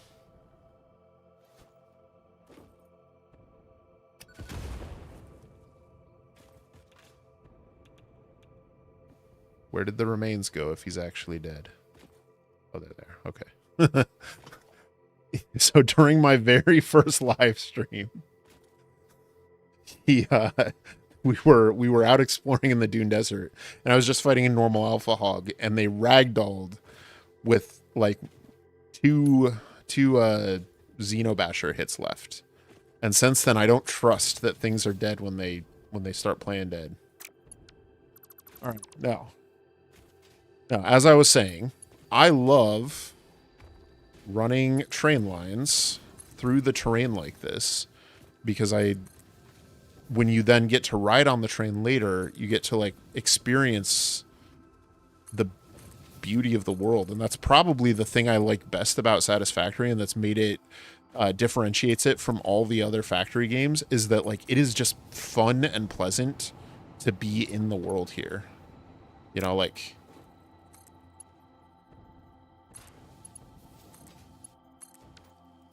okay, so how's that junction look? That's an acceptable junction.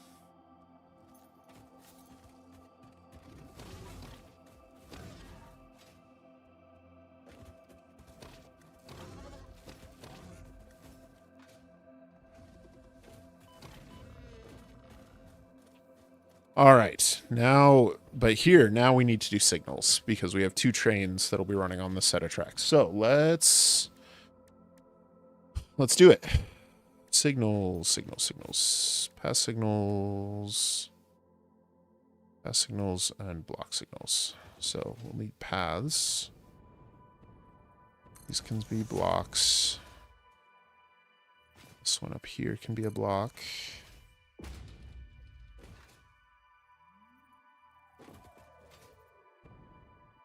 Can be a block.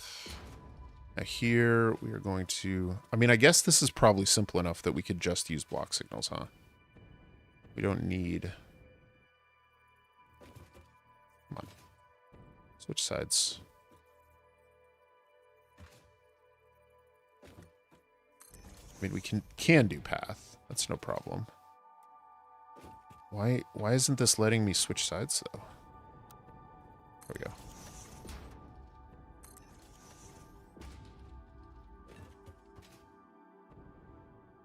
And I guess outside of that shared junction, we don't really need any other signals, right? Because like it doesn't matter. Do we do it right or do we do it fast?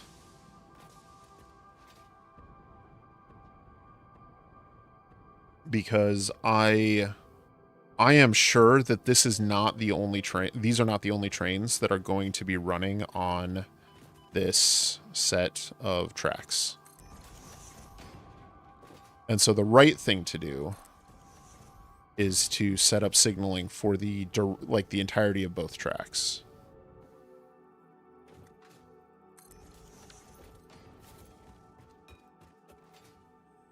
Yeah, I've had a hard time getting them to sit on the correct side. They've all sat on either left or right, but never on both. All right, so let's rename our stations and then get a train going through here. So this one can be called turbo fuel and weapon supply, because it's supplying for our noblest factory, and it may also supply for additional munitions over on that side. Let's pop on over to the other one and name that one sulfur pickup, and then we'll fix the other one when we get out there.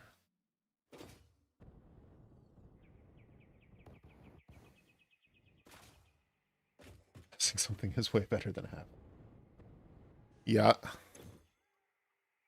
Okay, so this one is sulfur. So part of my issue is that my chemistry, one of my chemistry teachers in college was German, and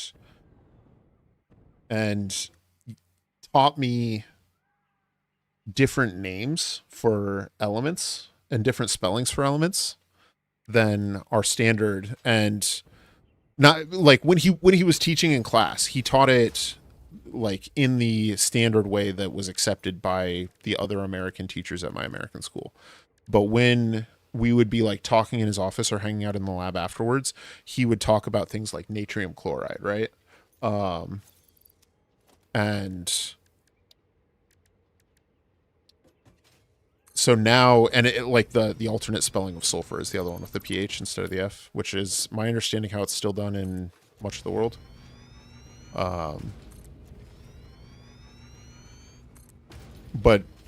But now my brain is messed up with like, how do you spell these words? Because I have had good proper education on multiple different differences there, and I don't know what the right answer is.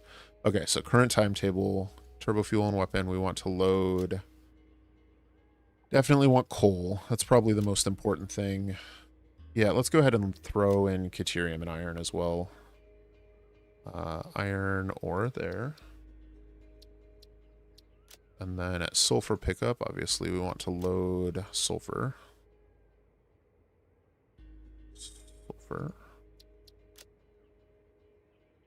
Yeah, so I need to set all the stuff at the station to unload. And then turbo fuel power plant, we unload.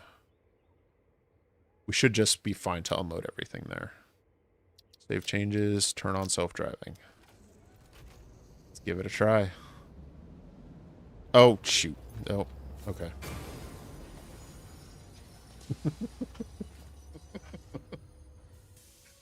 Oh, man. Yep. Don't leave your clearance testing freight cars on the tracks there. All right. Oh, man.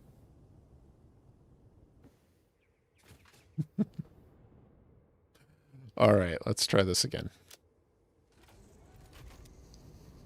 Okay, so how's it look? No clipping, looking good. So we do have some trees we need to clear out, but that's okay. Not a train I'd want to ride on in real life. That's okay. Let's set all of these to unload.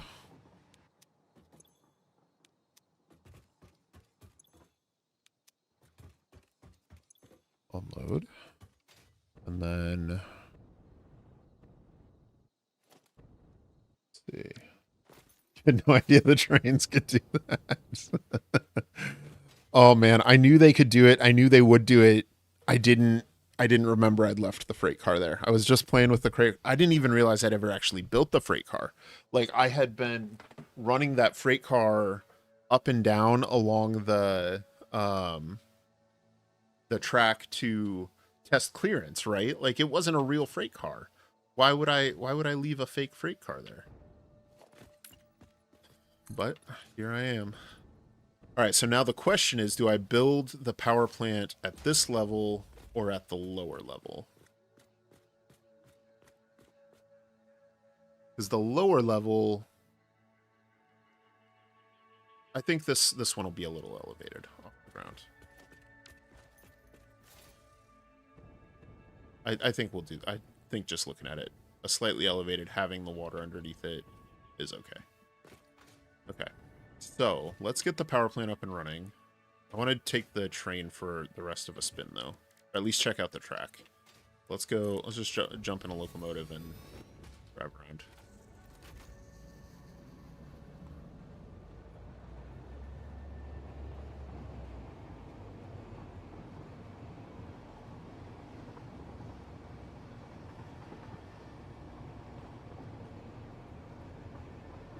See, like, look at this. This is gorgeous. I mean, get rid of the poison pillars, maybe, or leave them. Whatever.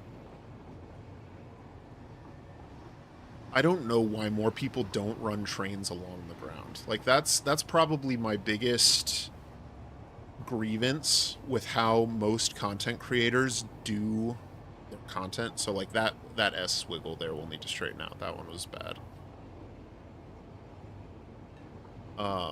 But my biggest grievance with most content creators and how they build their factories, couldn't stop in time.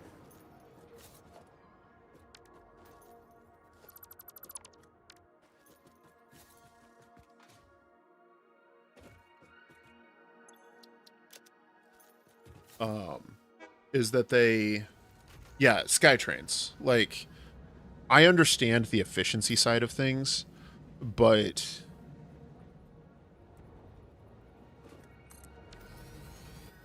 this is one area where I would say that it is worth the time and effort to make things look nice. So yeah, if we can get some proper supports on this side to make this bridge look okay, and again, clear out some of these trees just enough to not feel like we're passing straight through them. Probably clean out that curve. I want to clean up that curve, but I don't know that I can.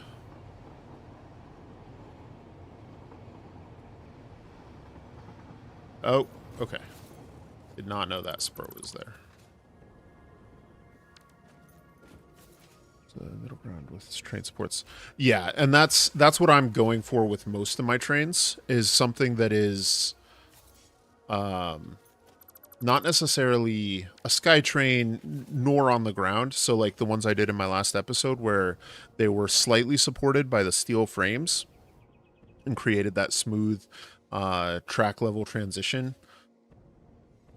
I really like that, and I think that's what I'm going to do for my big, like, widespread rail spire. Okay, so the train has successfully made a loop with cargo and arrived at the station. So we should now see a station full of cargo waiting to flow into our first power plants. Ah! I was just about to comment on how much I love the loading and unloading animations as well. Oh, especially when they're offset like that. I have no idea how to make that happen. But every once in a while, you'll see this thing where it's staggered. And sometimes it staggers in really cool and interesting ways, where it's like 1, then 2, then 3, then 4. Or where 2 of them will go like really fast, and then 2 in the middle will take a different one, and so they crisscross. And it looks so good. I don't know how to make it happen though. I wish I did. Like that's one of those cinematography things for trying to make things look good in the game that I wish I knew the mechanics of. Okay, so let's try building a power plant. See if we are at least on the right track here. So that's where that should be. We need a water extractor.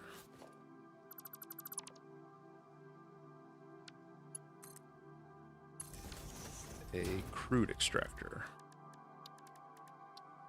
So we'll just do... I'll clean this up later, because I'm going to have to rebuild most of this in a time lapse anyways. So I'm not going to probably do the full power plant tonight, but I'm glad that we spent some time on this, because I was not sure that I was, like, how I was going to manage this, because I definitely wasn't ready to build this, and now I think I am. This is a lot of the sort of work that I would normally do just on my own. Before I put together one of those time lapses. Okay, so we have those. So now we need a power plant. Turbo fuel complete V3.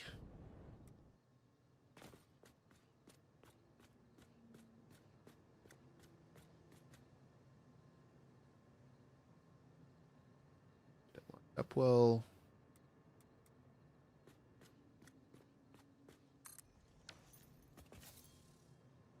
And this one is water and goes into the blue pipe.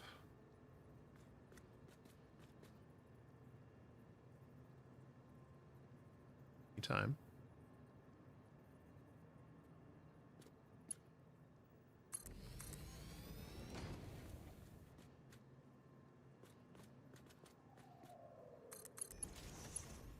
This one is crude.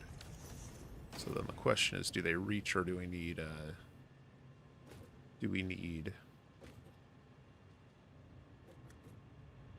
I think we're going to need pumps on those.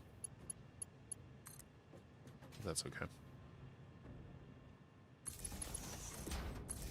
We forgot power lines as well. That's no big deal. All right, so let's do some pumps. Is the water getting up here? No, it's not. So we're going to need these lower down. Pipeline pump Mark 1. It's probably getting to there. Probably getting to there.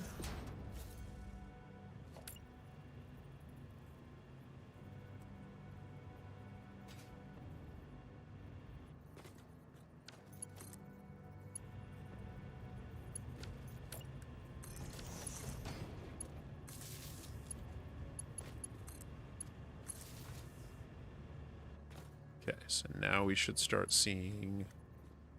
Oh, I guess it helps if we connect power to our crude. We should be getting water in, though. Terrible with trains, but love drones. Yeah, so this is kind of a proof of concept build. I mean, partly because I just wanted to try it out and see if we can make it work. And partly because I love the idea of making complex things simple. And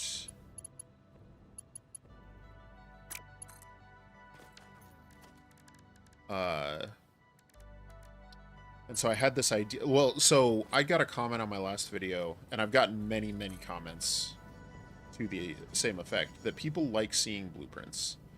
And my experience has been that that is not necessarily true. That's something people say, but isn't necessarily how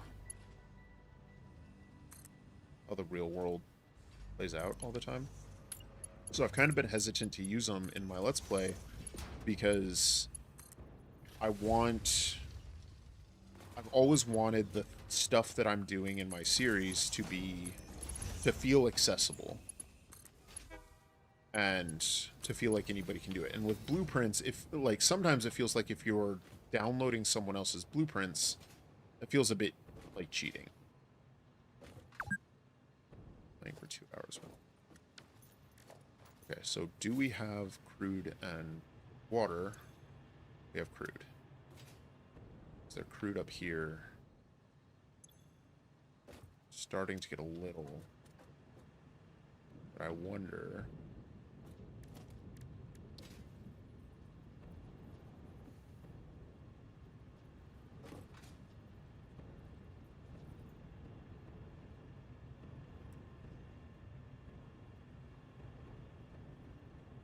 Okay, yeah, it's getting crude. All right, we're getting crude. We're producing heavy oil residue. Polymer resin. Heavy oil residue. This pipe. Come on.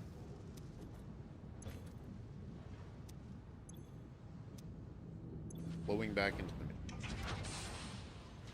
Everything's perfectly tuned, but that means it's going to be really slow to fill and start. Belt highways for me. So I love and hate belt highways. I love how they look, and that's something. So I talked about this in my last stream, or in my last video. Is I love when you can see lots of moving parts, and I think belt lines and megabuses are sort of the epitome of that. That's where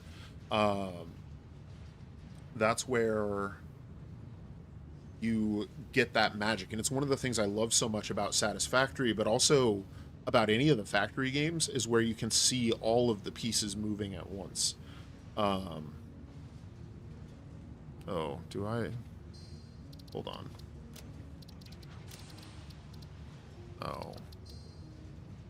Oh. Okay, so we're starting to get our heavy oil residue in. Oh, no package for... I forgot to preload the packaged stuff. That's a problem. Not a big problem. I can do that now, but I'll need to make sure to modify that in the blueprint. But that's one of the nice things about having the packaged fuel is I can just chuck in a thing of packaged fuel there. It will both prime the turbo fuel and also produce the packaging for us to use for our water. So that's nice. But yeah, so I love when you can see lots of different moving pieces operating all at once. And I actually really like the slow belt lines. Like the Mark 1 belts here make this look nice to me, because they're going to be moving at a constant rate. And even with Mark 1 belts, like, we're dealing with 15 a minute, you know? So they're going to be paused 3/4 of the time. But that's okay. The other place I'm guessing we're going to need a pump on our turbo fuel in here. Let's go ahead and just throw one of them in there, because we know we're going to need it.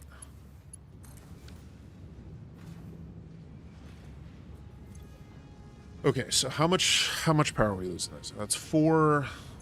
This one is 5, so we're up to, call it, that's 6, that's 10, that's 30. That one is going to be 30, so we're up to 70. This guy is 8, 78. Plus 2 packagers at 2.7 each. Call that another 6. 84. Plus 7.6 there. So about 90 megawatts of power to run this thing. Not counting the miners and extractors. And we are at some point going to start getting some fuel. And we're already capped off on water, so that's okay. Producing more fuel. Get rid of that thing in the blueprint. Okay, so there's a few more tweaks to the blueprint to make, but as long as we eventually get power, I think we're doing okay. So we're sending our compacted coal in. We're producing turbo fuel.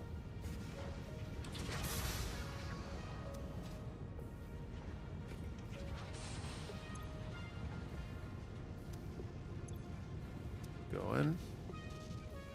Hasn't reached the top yet.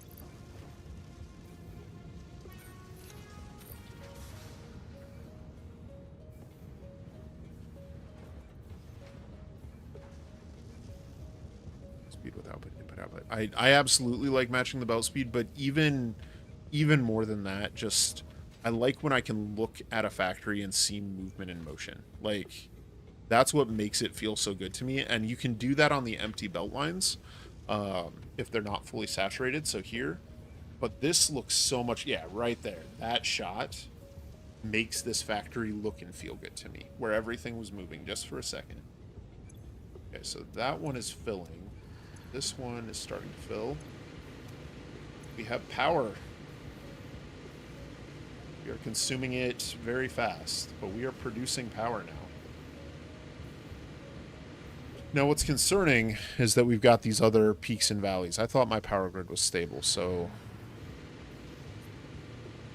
that's a problem.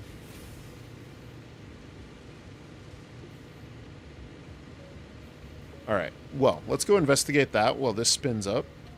And just to make sure we're giving this a proper test, let's go ahead and throw down another one.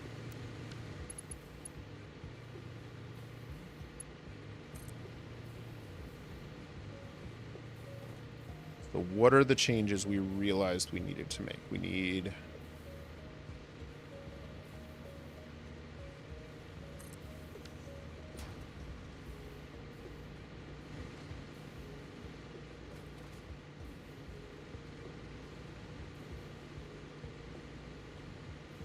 It is pretty cool how they do the pipelines. Okay, so we need a pipeline pump on the turbo fuel. That was one of the changes we need. Right there. Oh, make sure we're pointing it upward though.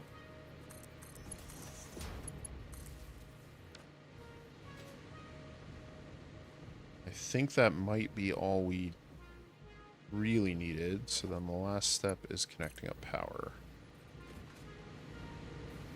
So we probably want to upgrade one of these power poles in here.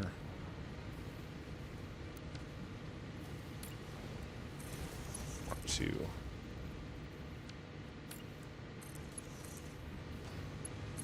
so that we can have power connection come across as well. All right, so that should give us power. Let's go ahead and head on out and see if we can't solve the rest of our power stuff and come back and look at this afterwards. Make sure it's done. Train.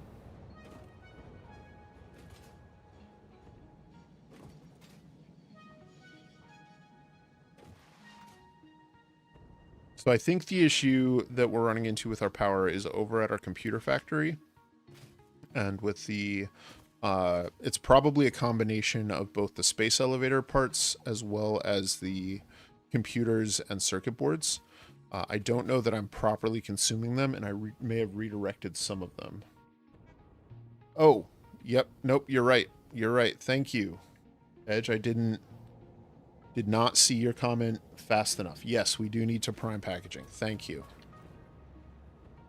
Let's go do that real quick. That would have been a real bummer to come back to in 20 minutes.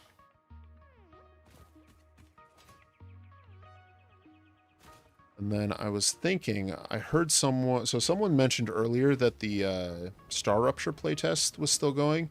I was wondering if there's any interest in checking that out as well. Because I've enjoyed what I've done of that. Nope. Right there. Thank you. All right. And like in theory, we only need like 16 packages, you know, with how the timing works out. But we can fill it with as much as 200 or so.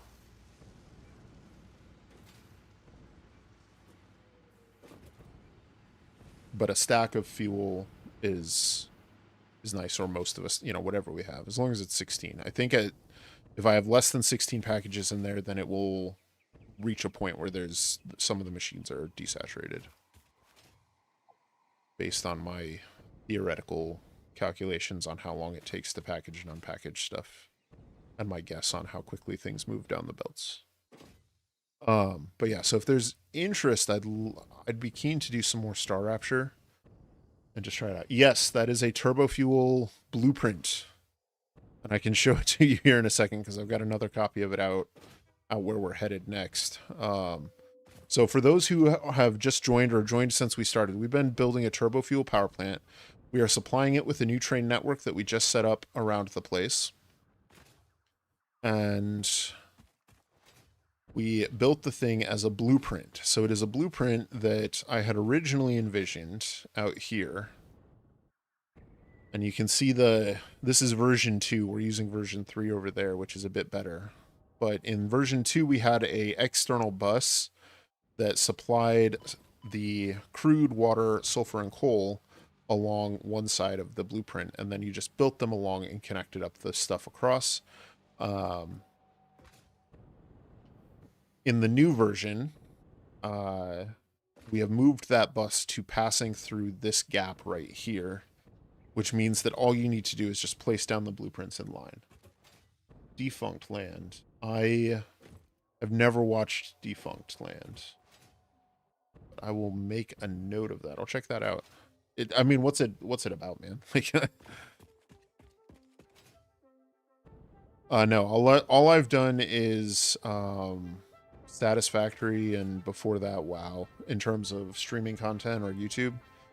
And then previously I was a teacher, you know, so that was my last job. All right, so the question is, with these refineries, how many of these are we getting yellow lights on? How many of... So we've got plenty of fuel. We should be burning fuel. That's at 50 fuel a minute. That one turned off, though. Okay, so we do have a fuel shortage. That might just be the piping, though. Let's try running second pipe back here.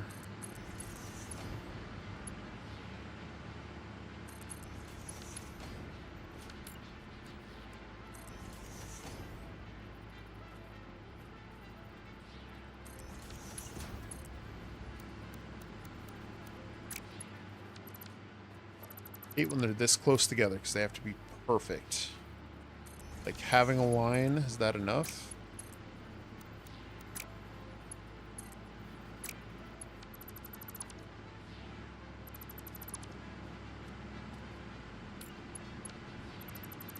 Also, it'd help if they were all flat.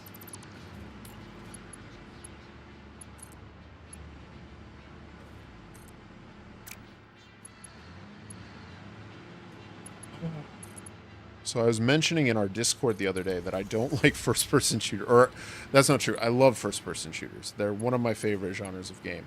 I am bad at first-person shooters. And one of the things I love about Satisfactory is that if I'm bad at aiming, the only thing that happens is that I have to replace my belt lines 5 or 6 times.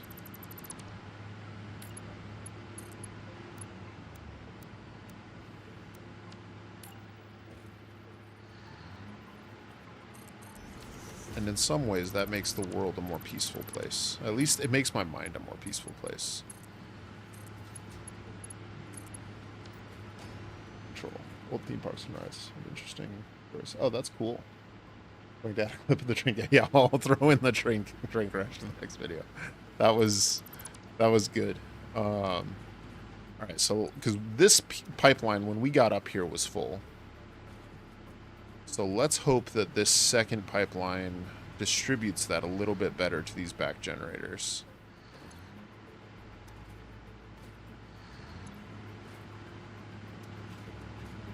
But we also need to double check on the consumption. This is probably my biggest headache with this sort of thing, is that you need to make sure you're properly consuming things. And so what I'd done was I disconnected this awesome sync because we don't have smart splitters yet. And I didn't want to give up fully half of my circuit boards when I needed them for the space elevator parts. Now that those space elevator parts have been sent away, and I guess we haven't fully stockpiled, but like we've got more than we'll ever use, right? It's much less of a concern. But this is another place where I need to have, you know, a splitter output into an awesome sync, or we are going to eventually back up and lose power again.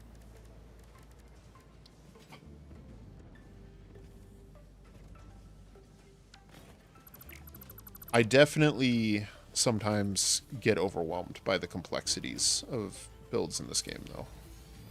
Especially when it comes to stuff like this, because I spent hours nitpicking over every little detail in this build and still miss things, you know? And so is it me? Am I not smart enough to play Satisfactory? Or is it just this game? These are the thoughts that keep me awake at night as a Satisfactory YouTuber. Let's connect this any old place we have power. But now we'll start getting some more points, which is good because we're almost out of tickets. But that should pretty well consume our heavy modular frames, as well as our computers and circuit boards, especially with the circuit board up there. We're merging the two computer outputs there. So then we just have these computers.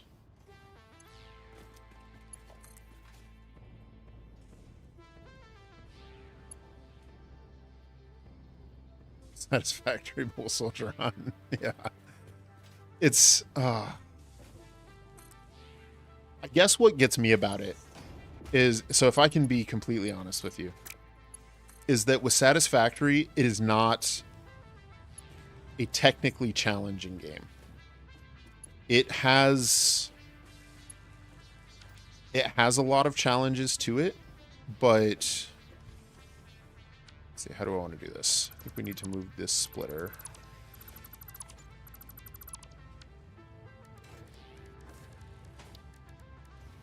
I'm going to want a splitter there. And then over here we will want a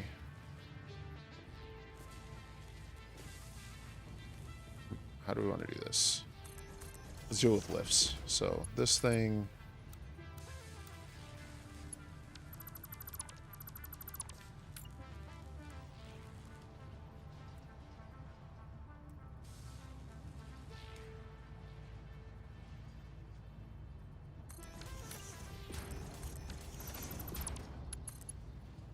oh come on, like, oh, we're at the top one, that's why. There's no way that couldn't fit there. Okay. So now this comes across through here. Straight build mode. So, and then lift.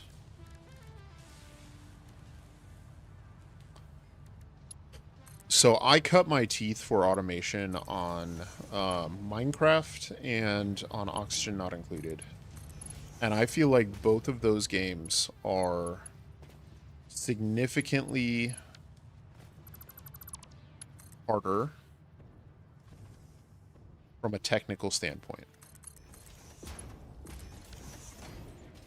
The 3D aspect makes it more complicated, but that's not actually what I struggle with. What I struggle with is the number of steps.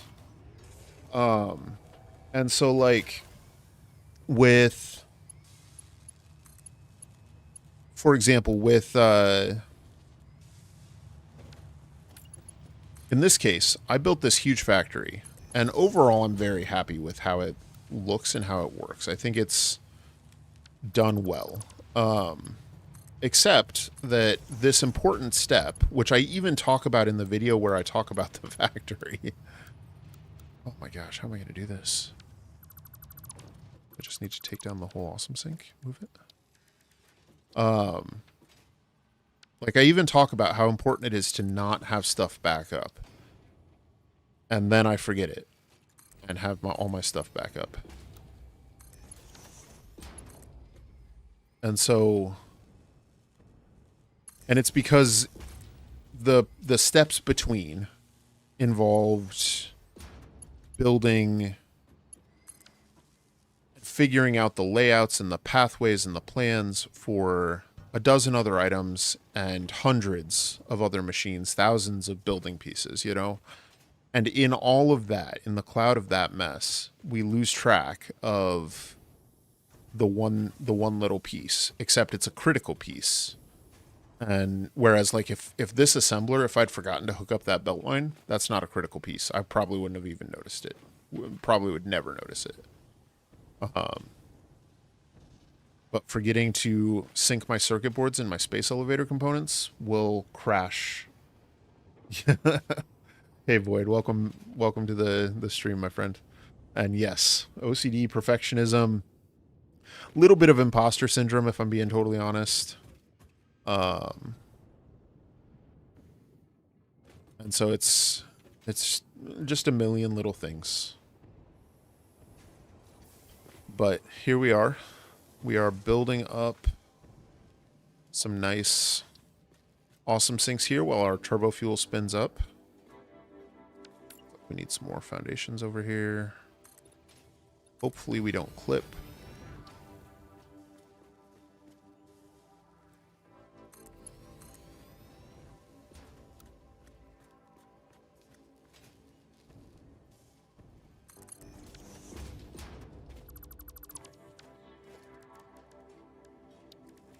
But with these on here, at least, we should have our power stabilized, I think. The problem is we were still seeing, yeah, our plastic refineries are still shutting off. So I think we may need to have an overflow on our plastic as well down here.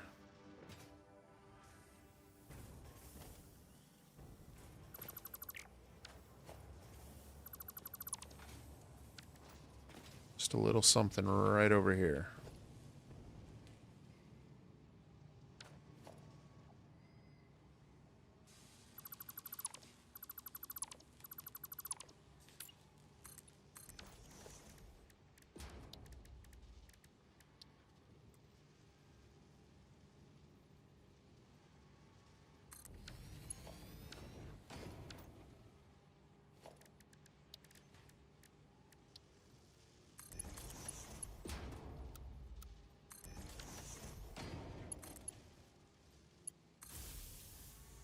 You're on trains, the train station is the same height as the sink.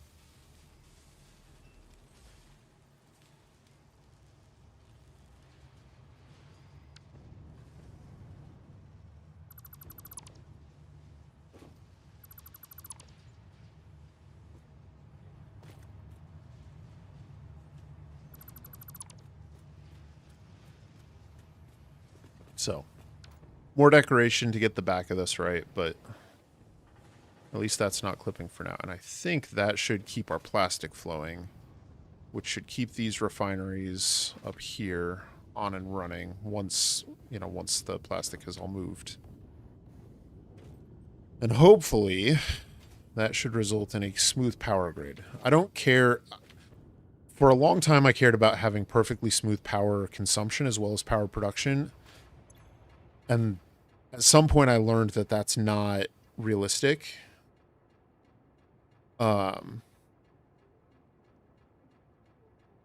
But now I care a lot more about having smooth power production. And obviously we're not there yet, but these jumps are all local, which is good. It means our turbo fuel is probably, well, it means our turbo fuel has either succeeded or failed utterly.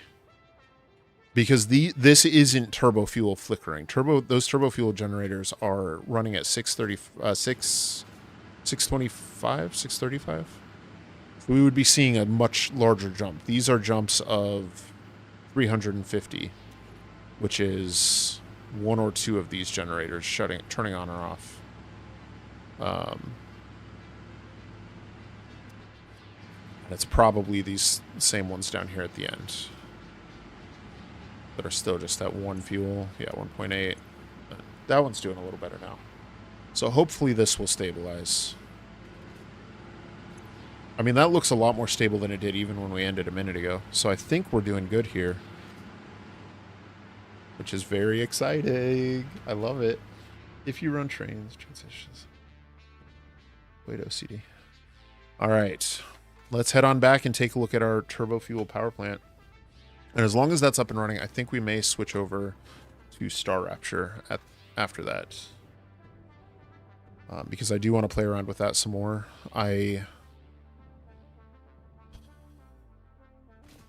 had played through it a little bit at And my biggest concern with it is that I'm not, like I said, I'm not good at first-person shooters, and they create stress and tension.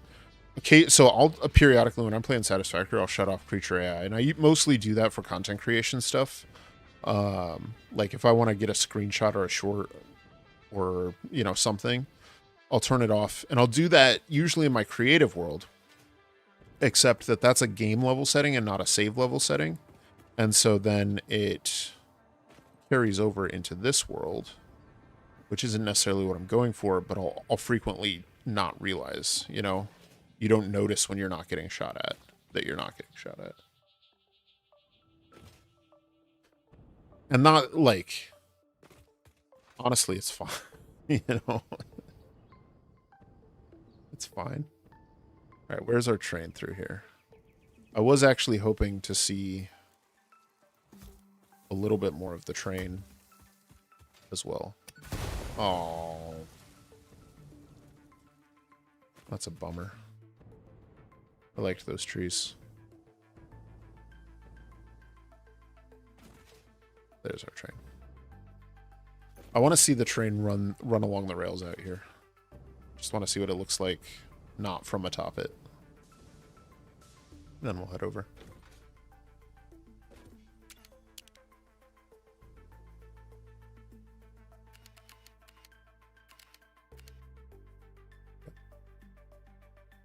Always figured the sink being too tall for the ceiling is why they put conveyor walls in the game.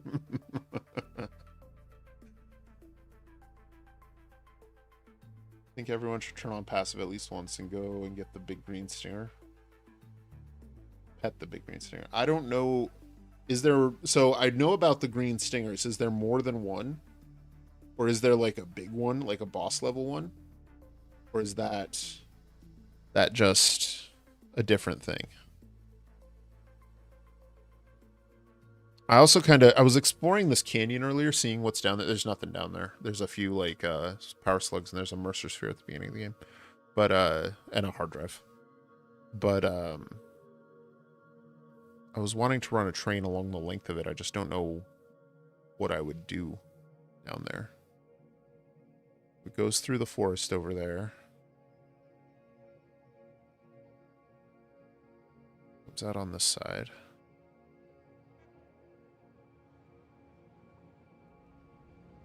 It's nice. It's nice. All right, let's go check on our turbo fuel. Several big ones. Okay, yeah. Yeah, there's... I've been poking my head up into the green, or the red jungle, pink jungle, whatever it is up there, bamboo forest. And it is a scary, scary place. They're less scary on Retaliate. Yeah, the alpha hogs, or the nuclear hogs still suck, even on Retaliate. Okay, let's see how we're doing over here. So in theory, our power plants should never have like fully saturated. Oh, don't walk away. But they should never stop running either. We should be producing exactly the right amount. So at some point, they reach a point where they are burning at the same rate they're retrieving. I don't believe you can beat gas plants to death. I don't think that is the case. Okay, so 100% efficiency. Love to see it. Sitting around 5 turbo fuel. Then it fills up a bit more.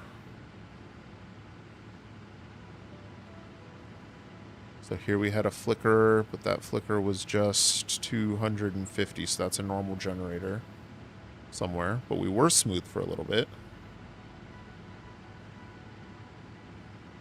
It's a lot better in any case. But this one is stable. And this one, which we did with minimal work, is also stable and running. I love it. I love it. That's great.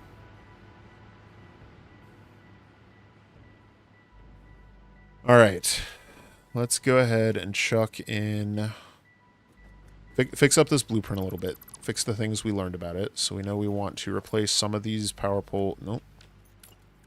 replace some of these power poles with Mark II. Let's go ahead and bring that over to right there. And then also bring one out to the same spot on this side.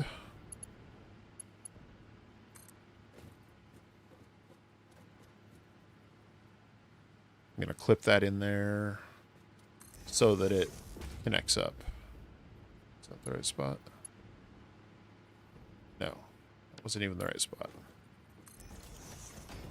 Right there. Surely one of those will connect up. I guess, can power even connect with blueprints? Is that a thing?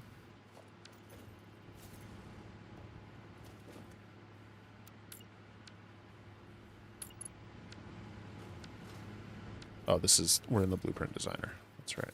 All right, and then we needed a pipeline pump right there, connected to one of our new power poles. We wanted to preload fuel. We don't need to preload that much. Let's preload with... Oh my gosh. Let's call it 6... It's too much.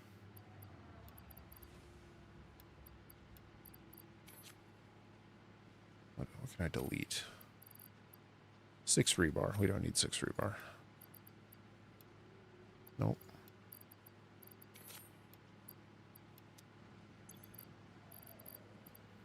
Oh my gosh. What am I doing wrong? Oh, wrong. It is late, you guys. I was clicking the wrong button. It's a right click, not a shift click. Shift right click is what I meant to do, and I was shift clicking. All right. No power does not auto connect. Okay. Well, that's a bummer. I guess we don't need this guy then. But that's okay. We can always connect up power easily enough. And so then was that... I think that may have been it for the changes. So I think this can be B3 all complete. Uses fuel and a little bit more quick wire, but we have turbo fuel. And so then I had a couple ideas for this, and I'd love to hear your thoughts on them for this power plant. Let's jump out here. I had the idea that if we run a line along here, or I guess right where it is, run it all the way along the coastline there, then we could cut out at the far end and loop back as a horseshoe. And by my approximation, that should let us fit about 20 of them. I also had the idea that we could do like a spiral in, so cut out and then cut back and in and in. I'm not sure if that would conflict with water extractors, because we're going to need several more water extractors through the middle of this, because we do use a decent amount of water. Yeah, 22.5 per minute, so one water extractor can run five blocks. We'll need 4 water extractors. I guess that's not too much. And it's... I mean, I guess a Mark II pipe can do that, so we don't need to worry about the water extractors.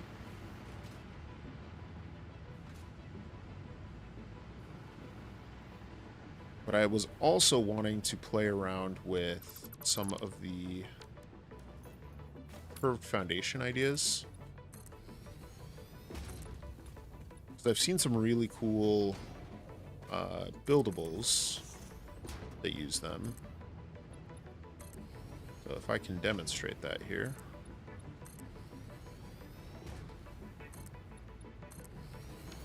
And then we had bought...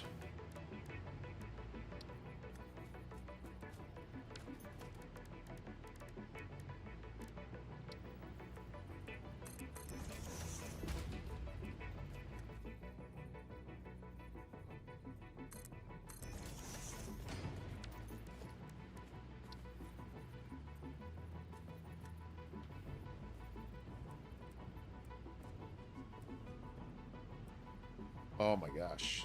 This is something else. Right there. All right. So then Copy that down here.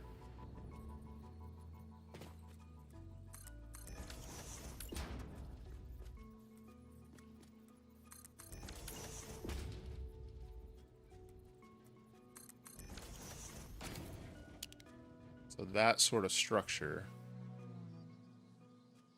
running the length of it, and possibly doing, you know, some variations, or instead of maybe doing 4 meters, do 1 meters just in really thin wafers. So it's almost like a textured ladder coming up. I created a 4 that hides clipping if you bury power lines. Posted on Discord. This river is jungle and plateau boundary. Yeah, so it's between the northern forest we are south of the northern forest and north of the red jungle. And then we've got the Titan forest right there as well. And this river, if we follow it, that's the waterfall that leads to the rocky desert. Hey, Oakenleaf, welcome, welcome. So anyways, just playing around with some creative building designs there. I'm not really sure how I will integrate them, but something with those. Any reason I'm not using liquid biofuel? Much easier than regular fuel with longer burn time. Could be that I am. Oh, Claude, that I am. I haven't gotten to it because it's on my to-do list. So I was mentioning earlier that there's a lot of stuff in this game that I've kind of been just jumping over to keep progressing through the tiers. And I think I've kind of reached a tipping point where further advancement in the tiers doesn't make sense until I do more of the stuff I've been skipping on. And that includes things like quartz and caterium research, right? Like I don't have the geothermal generators. I don't have crystal oscillators or the explorer or the radar towers. I don't have most of the advanced weapon types yet. And liquid biofuel is one of those. And so that's one of the things that I like about this train line we ran, which is that it passes very, very close to our base.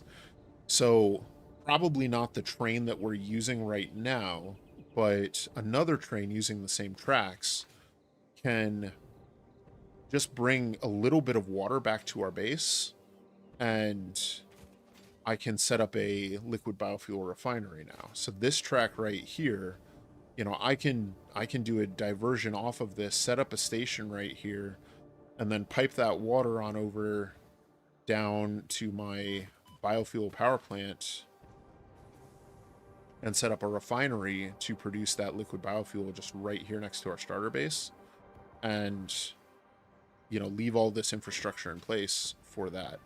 And so that's one of the nice things about running these train lines, is that as we expand further and further across the map, right, as we go into the rocky desert and into the swamp, whatever resources are there essentially become, like, how I think of it is that if we run the train line to a resource node, we make that resource node just be the entire train line. Like it becomes functionally equivalent to being at any point at any place along the entire train line. And that's sort of how it fits in my head, and it's why I like trains so much in this game, is because the second we pass near a sulfur node, we can plop down a miner at max speed, a single train line with one station, and it's almost trivial to just transport the resources from that node in their entirety to a new location that's also on the train line. So we can sort of think of it as being just a single large resource node. And there are limits to that in terms of like the number of trains you can run. So it's not technically like you can't do it with the entire map unless you run a lot of trains and have a lot of parallel lines. But the actual like limit of that value is insanely high. And if we start running into bottlenecks, it's really easy to do bypasses. And so like that train station we just set up, if I want to use that line to run stuff over here, then in the same way that I would divert a tiny portion of the track right back here in order to set up a station, I can just run a parallel track on the outside of that station so that trains stopping at that station or trains passing through don't mess up the flow of resources to that station. And so I can take this and run it back here to a station that's set up back here, and then have it just reconnect up on the hill, and that's all I need to do. It's all done. And so like where the point I've reached in the game, where I've got the start of my global rail network spine complete. I've actually unlocked the hover pack, although I haven't been using it much yet. Oh, missed. And then I think that's probably it. Those are the core things to me that transition from sort of the rapid progression advanced or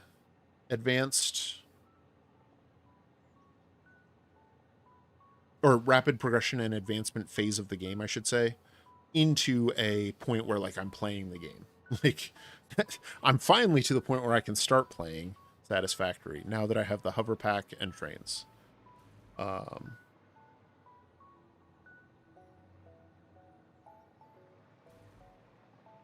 And so like one of the things with this turbo fuel power plant is that I'm hoping that it gives me turbo fuel, but like I said, having that train line run over here makes liquid biofuel something that I can do in just a few minutes instead of it being a real pain because we're nowhere near water. Like unless some of these little pools that dot the forest, and I mean, I suppose I've been assuming that this water can't house a water extractor.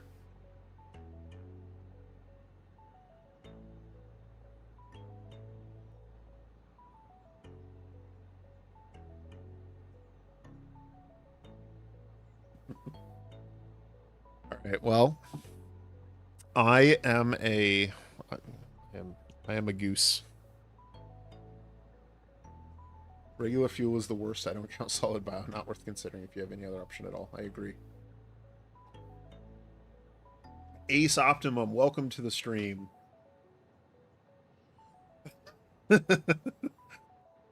MK Lovecraft, welcome.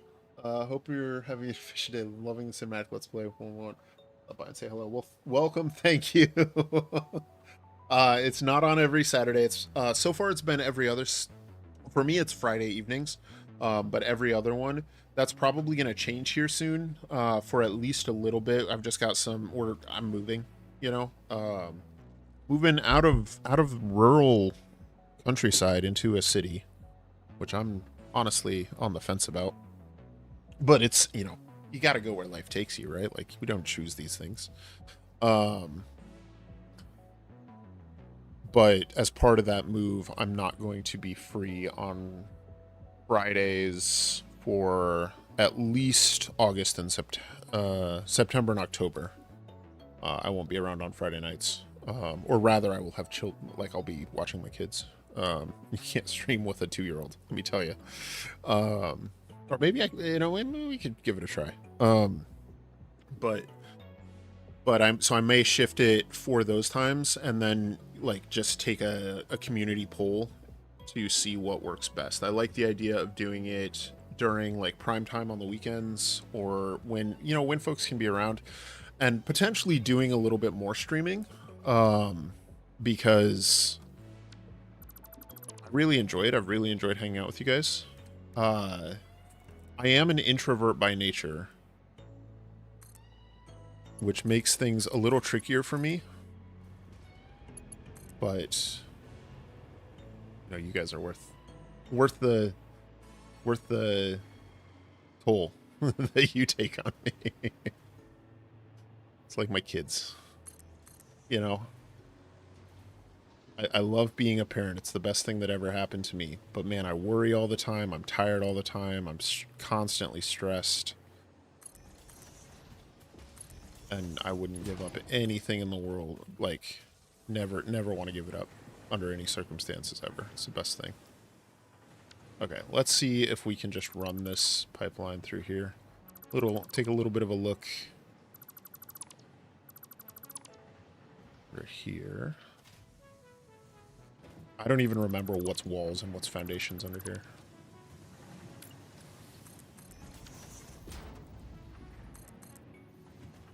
So, let's see.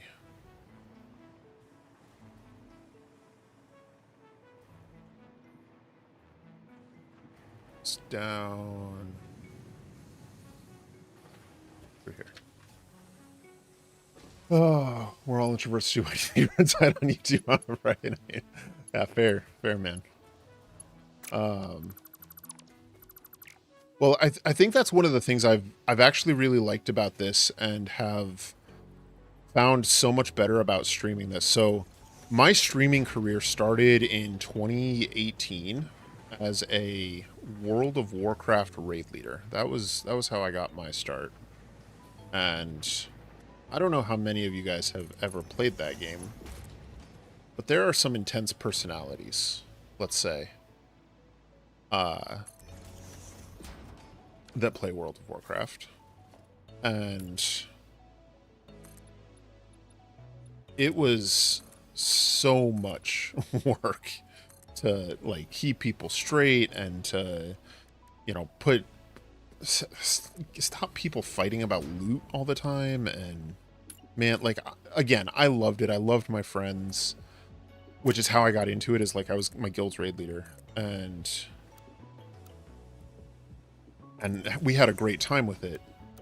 But when I stopped, like, I got so burnt out on streaming and raid leading that I quit both for years. And I just started raiding again last season, the Spider Queen, right? But oh yeah, me too, man. I recently went back through and added up all my characters, and I'm at like 600 days played across at least the characters I have left, which is, you know, in fairness, like my two mains for 20 years. but man, it was certainly a thing. I don't think we're ever going to use this power plant again, so I'm just going to divert resources from it.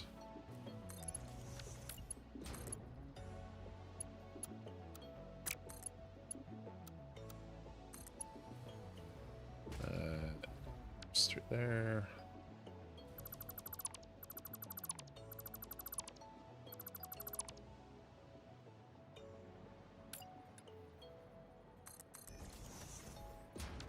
All right, so we've got some work to do to get this all cleaned up, but we can do a little bit of that right now. That there. So that is now supported properly. It's the wrong color. This is also the wrong color. And then we need power.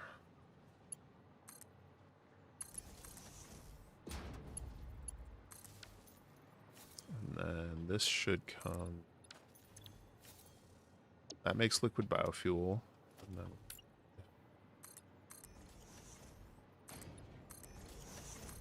the packaging is going to be a little bit tricky, but shouldn't be that big of a deal. Because I don't know how much we'll use, but this might be a situation where I'm willing to just fudge it a little bit. Because we would also need plastic or steel to make packaging here, right? But we can also do storage container here. That, and then come on over here and just, I'm fairly sure we have a huge amount of plastic. Yeah, we have plastic. Let's dump some of our aluminum that we don't need. Make it. Yeah, make a bunch of packages. I just play this in DayZ from now, from Chill and Stressed.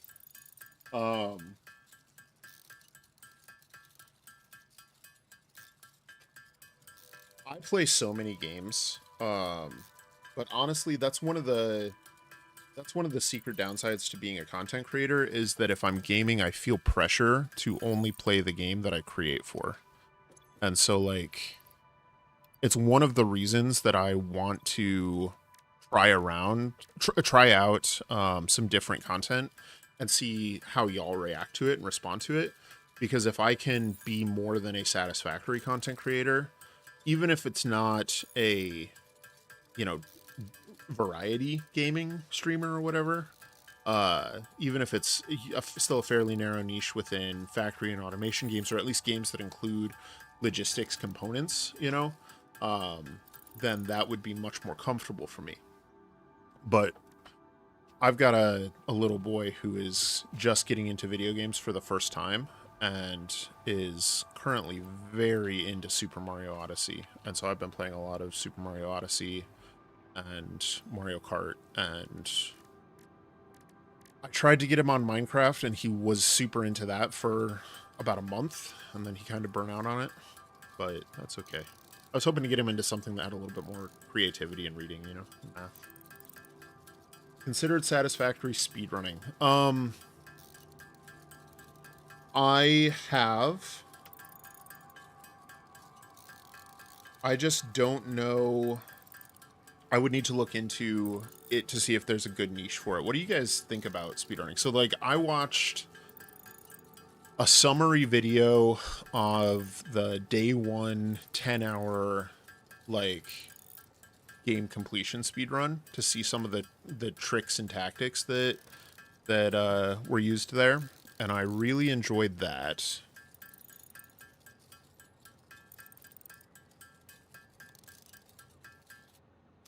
But that was like 10 hours, and I have kids. I can't just do like 10 hours of stuff, That's, as much fun as that sounds like, that is not how my life is shaped right now. And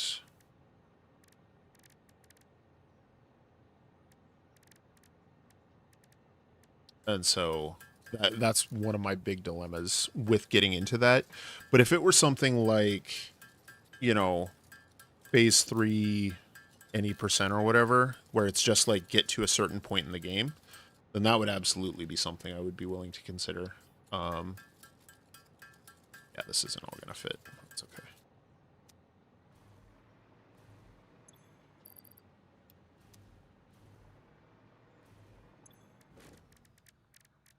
And this is probably something that I should automate. Yeah, right. Like, and it was cool to see, like, where he chose to start, which drop pods he chose to go to pick up resources, and where those resources were applied to skip tiers and stuff like that. But number one, I think that's what would be interesting for me to that is mapping it all out. And I trust that at this stage in the game's life cycle, that the people who are committed to that, the people who have been doing that for years and years, have already sort of mapped out the optimal path there. And that's one of the things I struggle with about Satisfactory in general, is that there's, outside of like the creative enterprises, there's not a whole lot of room for actual new work. Like, there's tons of really cool creative stuff going on. Like, someone shared on our community Discord, which there's a link in the description if you guys want to check it out. Someone on Reddit who's been doing like circuit board builds, and they are stunning. I love them. I can't wait to try them. But that sort of thing is really cool to me, and really creative and inventive, and is the sort of thing that I think Satisfactory has a virtually limitless amount of capacity to still support. But I am not sure that someone's going to come up with a better setup for turbo fuel, because we've already done the math. We already know what that looks like. And there's nothing wrong with that, but it also is kind of limited. It's one of the reasons why like I said, I want to try a variety of different games, is because that's the sort of thing that is really fun to me. And so coming up with blueprints for things like the turbo fuel monstrosity we just built was a lot of fun. Like, the question of, can you take just raw resources, zero pre-processing at all, and turn it into an efficient turbo fuel setup within the space of a 5x5 by 40 or whatever cube, and do it in a way that only uses straight lines on your belts and doesn't clip? And it turns out the answer is yes. And that was a really fun challenge for me. And I'm glad that it worked out for us. All right, we now have packaged liquid biofuel.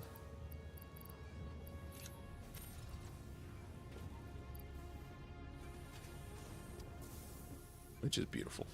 And it's in our dimensional depot, so we can unpin our package. Actually, I want to keep that one pinned. I also want to pin the packaged liquid biofuel. And I'll probably keep rolling with both for a while.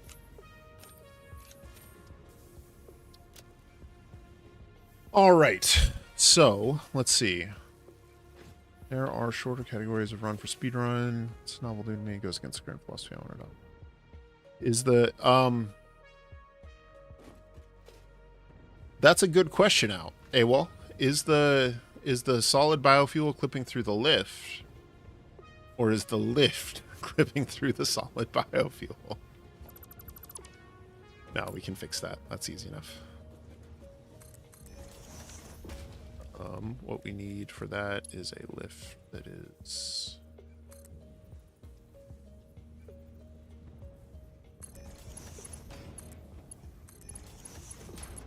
There we go. There you go, buddy. Have a good one, Void. Thanks for stopping in.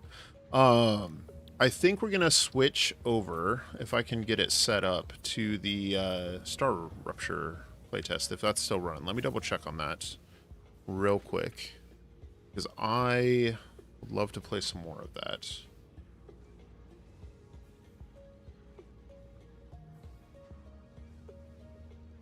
That's the OCD in you. Hey man, we all have our own OCDs. One of the things that got me recently was I was talking to someone and about their hatred of screws. And let me adjust the stream title and stuff.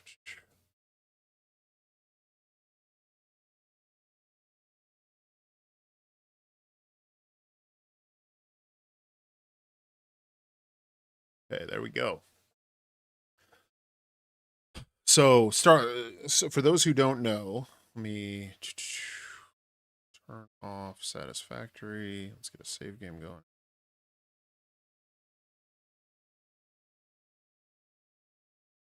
Probably done with Satisfactory for tonight. All right, there we go. To run, but at low graphics, still have some frame drops. Gibbets? I don't understand the question, Edge. But so for those who don't know, Star Rupture is a game that is it's pitched as like a base builder with heavy automation elements. Oh yeah. So a lot of people seem to hate screws. Sorry, going back to the screw thing. And for a while I had that same notion, and I was thinking back on what it was, and in update 4, they did a really thorough so they did a rework of all the alternate recipes. And oh, this is so loud. Just a second, guys. Turn that down for you guys first. Turn it down for me as well.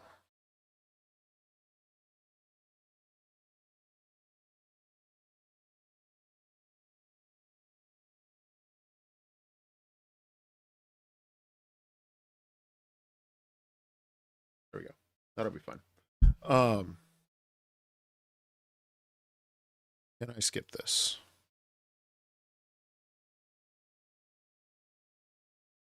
No game audio stream side. Good to know. Let me... The Claywood Corporation There we would go. like to apologize. Tarlock, for thanks for any hanging out. inconvenience you may Appreciate have you experienced. you hanging out with You can us. now exit the Have a good Lambda evening, and my friend. begin your introductory training. Okay. So is audio good for you guys now? If I'm not CD, when I play Satisfactory? Good question. All right, exit the lander to start the training. Welcome to Arcadia 7 in the Rupture system. The goal of this training. Let me know is how to the teach you audio to effectively levels are acquire and how produce it's goods working for out our for you. clients. However, we'll begin with something simpler. Arcadia is often bombarded by meteorites, which are rich in resources. So anyways, going back to the screws thing. So in Update 4, they reworked all the alternate recipes, and someone on Reddit posted a really thorough breakdown of all the alternates in the game at that time. So it was like power consumption compared to the default recipe, resource, exchange rates, and that is where a lot of my appreciation for and understanding of the complexities of Satisfactory came from, was that post, because that's what got me really thinking about what, like, interesting choices. So at that time I was teaching computer science and in particular teaching game design, and one of the things that I started thinking about and just becoming really obsessed with was the idea that games should include interesting choices. And when you consider that, a lot of games stop being fun, for lack of a better term, because things like linear RPGs, or like Mario, for example, stops being as interesting because you don't actually make interesting choices. It's about, there's skill checks, certainly, and you have to make decisions about when to jump and stuff like that, but there's really only one way to, like, win the game. If you compare that to something like Satisfactory, where you choose where to build, what to prioritize, then it's kind of a shallow game. And so when I saw this post about these alternate recipes, it made me realize that there was a lot more depth to the game and a lot more interesting choices in terms of how to move about resources. And so an example of that, I was looking at some of the alternates earlier, and one of the ones that stuck out to me was the coated iron plate, I think is what it is, where it's like 3 iron ingots and 1 plastic to make 10 iron plates, which, if you do the math on it, means that the iron to plastic conversion rate is that, like, 1 plastic is worth 10 iron ingots, which means that in basically any factory that you use in the entire game that uses iron plates, this is the optimal recipe, because plastic is so plentiful, especially with how cheap oil is, compared to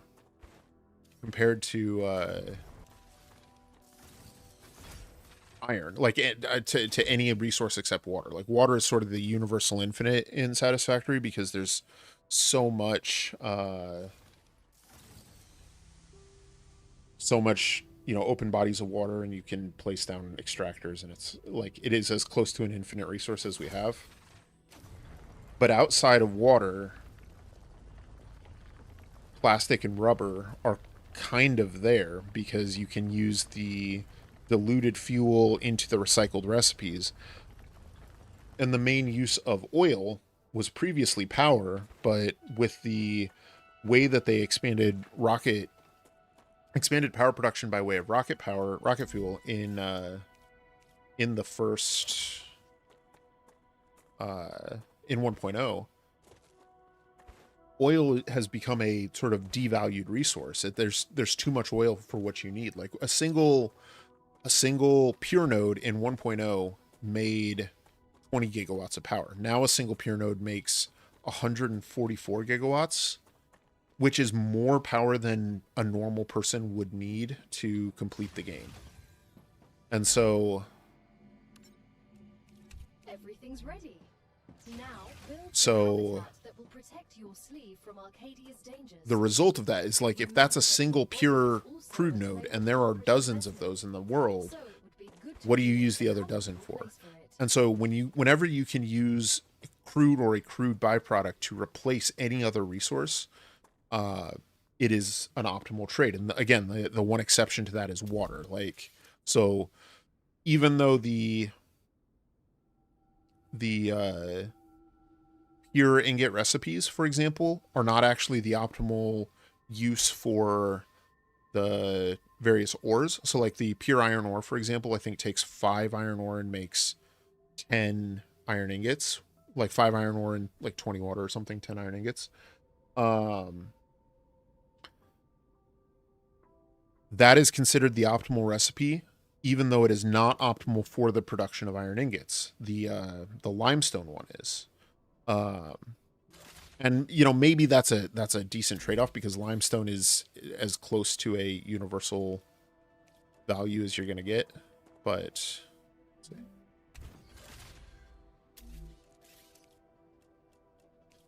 But there is Now that you have your shelter, build a printer inside it. That way, you will always have it nearby. I need to thus think about what I'm optimizing your doing work. in this game or I'm gonna get stuck. Great. So like the limestone one takes 5 iron and makes like 13 iron ingots. So it's more iron efficient, but uses a different In turn, different give you access to new buildings. resources. Yeah, the leached ingots might actually be the best one. I was looking at a breakdown of the leached copper, and you can get up to like 55,000 copper ingots, which is pretty absurd to me, if we're being honest. All right, so let's talk a little bit about what's happened in this game, just for those who haven't played it. You can see that we started out by coming out of our spaceship, mining a bit of ore, and have now constructed a base and a house. Our job now is to build this corporate terminal, and what's got me going crazy is that oh, that has to be built inside. Okay. I could have sworn you used to unlock the building pieces before you did all this stuff. But the idea is that, so this corporate terminal is where you, okay, there we go. There's our basic platforms. It's like the hub, you know, where you have to unlock things and send off milestones. But the milestones are all things that need to be automated out. Oh yeah, and some of this stuff is weird. There we go. It will cover light years in seconds. And so for now, we're at the stage of the game where we have to manually mine all the resources. We're mining the titanium ore, and then the red ore that arch is made out of is called wolfram ore. And we use those to build the cargo launcher, and then ultimately set up automation on these resources, and then go further afield. And so it's essentially a factory builder, except that I haven't gotten to the point where the base comes under attack yet, but that is heavily pitched as a thing that happens. So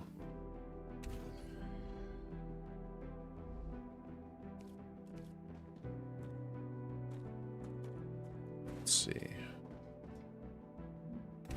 Set up our solar panel there. There we go. And now let's look at the selected commission.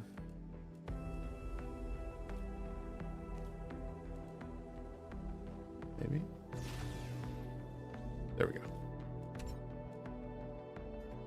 As soon as we get the package, And so ultimately, it's all about automation and then using the components to build a better base and survive. And I don't know much more than the story beyond that. But overall, this game, I've been enjoying the playtest. It's giving me vibes that are very similar to like the very early, like the update to Satisfactory. So after I'd been playing Satisfactory, I started playing in update 3, but after I'd been playing a little bit, I went back and like used a previous version and tried out update 2, because update 3 was when they added fluids, and you needed, until that point, coal power generators didn't need water, and I I was stubborn and didn't want to play with that. So I went back and tried playing Satisfactory without fluids, and ultimately it was fine. It wasn't the best.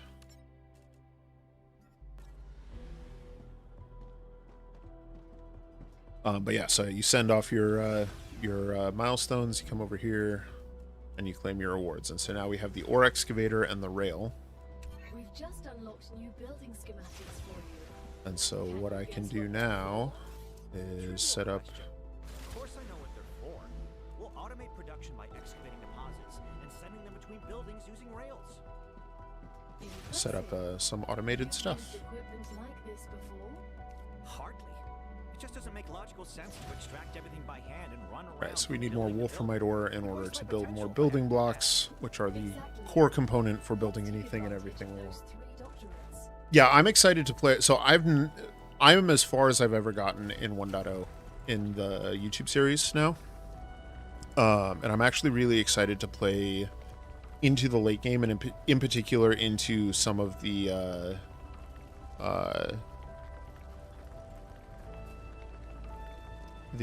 stuff with the SAM inversion, because I could see that being really interesting if you can provide the power for it, like how you can use SAM to convert any other resource into any other solid resource as long as you can power it. And so like that combination of challenges sounds really fun to me. I am looking forward to it.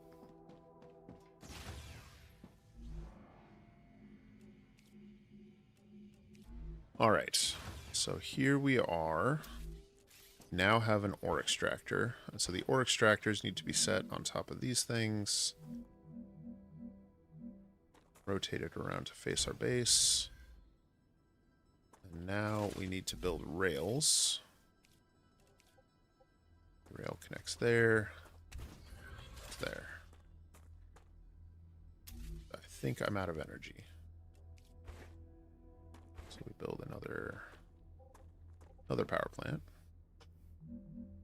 Now that the raw materials are being extracted automatically, And there you you'll go. have more time So to build out your base. we now have our Why didn't you install first all automated available production building line. We are schematics sending from raw the ore start? into That our would hub. Speed up my work even more. All of the machines And so made that available is, to you during your mission as best are I can tell, that is and the premise of this game, is that They we are will also backed by extend patents outward, and patents. you know, place down mines like this on all of these resources and use them to automate large production lines, which we'll then use to explore this world. But I already I'm really signed the excited for NDA. this. I'm excited, I think, more for when it's a little bit more polished. The CEO of Future Health Solutions, one of our partners. But I've been having a lot of fun with the playtest. I'm giving those animals access to my So, talents. They don't give a damn about law or intellectual property. But if it's necessary, and they earn it, so be it. Please don't quote me. okay, so we need to send off. So I guess we've already got all the resources we need there. I just need to wait. Whole lot of sit around and wait. Looks like, because I don't think we can build a second one of those orbital. Maybe we can. I guess you would have to be able to. I guess that would probably be an important part of progression. But overall, it's a pretty game, you know. I'm not overwhelmed by it. It's pretty standard sci-fi stuff, but I actually really like the look of some of these buildings, and have thought about like trying to replicate this basic structure in Satisfactory as a, you know, I don't know, form of resource or something, or a resource miner as a blueprint for making something look good. All right, we got our analyzing station. So now we can make analyzing station, which I think is where we do research.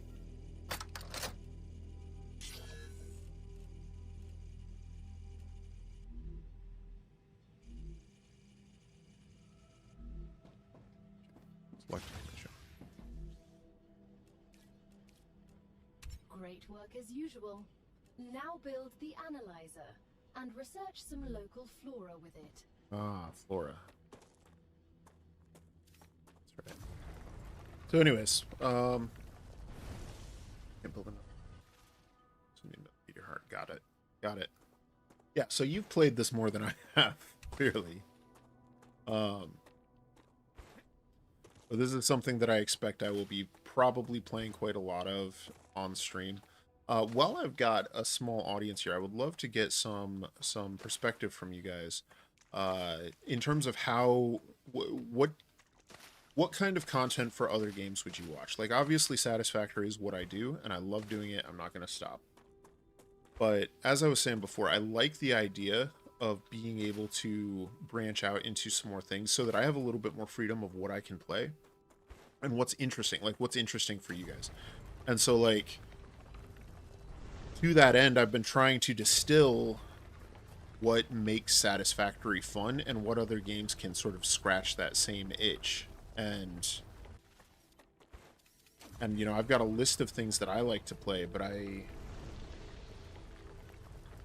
don't know how that translates into, you know, a general audience, and in particular my audience. And so I'd love to hear from you guys, either just in the chat, dropping a comment, and let me know like what you want, because I recently was given a copy of Captain of Industry to try out on the channel, and I have not gotten around to playing that, but it's my understanding that that is a full-on factory simulator in the same vein as Factorio.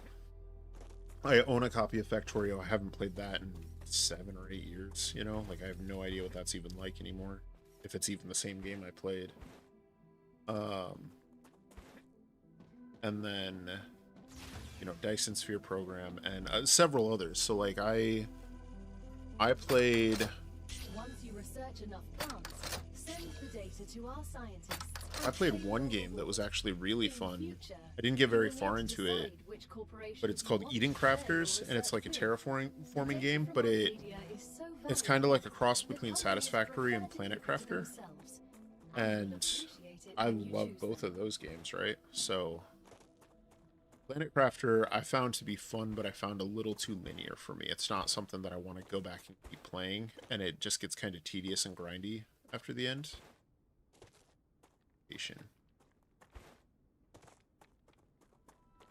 How many more data points do I need? But yeah, so like I said, I'd love to hear from you guys on that front. Just let me know what you like. Okay, so level 4. It's time for the final stage of introductory training. Okay, so we get the points and then we can do it. Got it. Cool. Since they need to produce something with them anyway. Use the buildings you have available and automate the production of the more valuable items. Why can't they process them themselves? They have factories across the entire solar system. This will be best explained by a private conversation recorded between 2 executives at the Griffiths Military Corporation. So So now... you're telling me all tax laws apply within the solar system? Dude, Space Engineers or Planet Crafter. So what's Space Engineers like? I have heard some really good things about it. I would love to hear more about it. legally, none of that applies there. They can't even Is that something, should I check out someone to get it? Can you get a sense of the game by watching it? We're nearing the end of our training.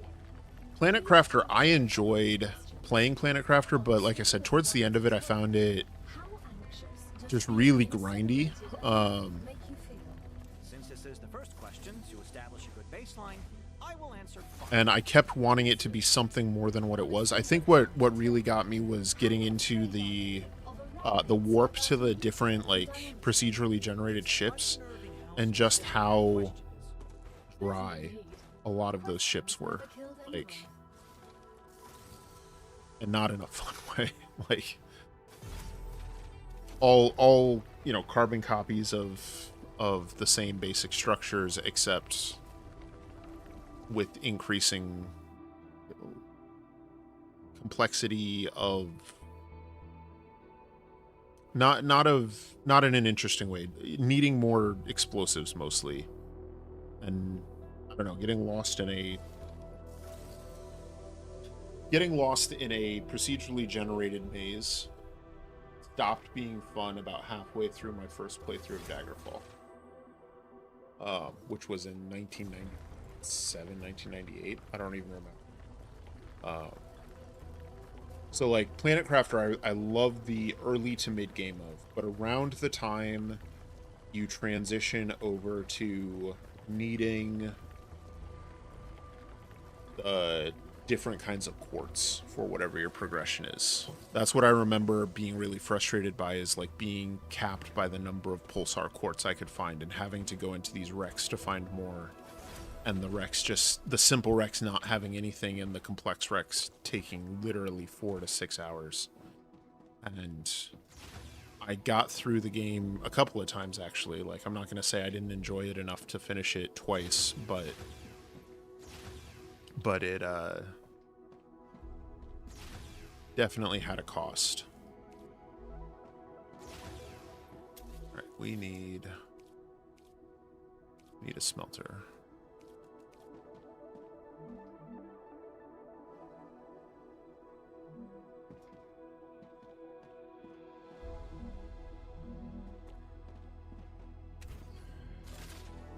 Yeah, no, I understand, and I don't know what it is. When the stream started tonight, we had like a 5-second delay, and it's just gotten worse and worse and worse. And so I don't know what happened tonight. That's something I'm gonna have to play around with, because I'd switched over to the low latency streaming so that we could have like better real-time chat and interaction. But I'm not sure why that failed, or why that didn't, work in the way that I wanted it to. All right. So now, support rail connector.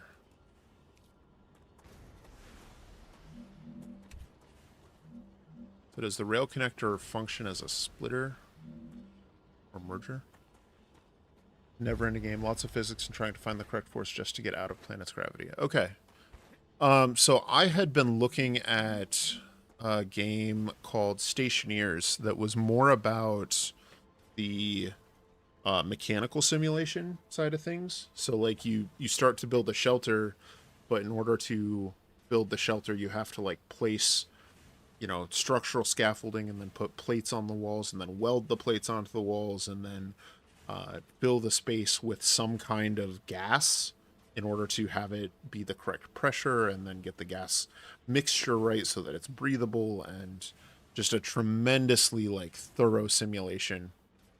And I thought about trying that one out. I'd played a bit of Kerbal Space Program a while back.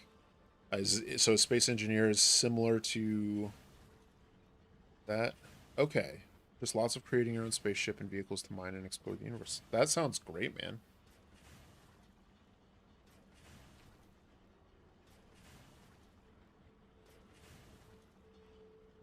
Sounds just like Space Engineers. Yeah. Okay. Sounds good. I'll have to look at it. So that one was called Stationeers, and it doesn't seem to have a huge player base. That's probably the one thing that stopped me from like doing it on a stream or making a video on it, is that when I looked, and I think they had an update maybe a few months ago, but when I looked at it 6 months ago or so, there were like 300 people playing it. And one of the challenges of content creation is that until I have more of a static audience, I have to go where the people are instead of the people coming from me. Like, a few of you guys will show up, and I love that. I appreciate you so much. But if I'm gonna, make a go at this and try and do this as a career, then I need to, go to people and make content that appeals to an audience that could potentially grow.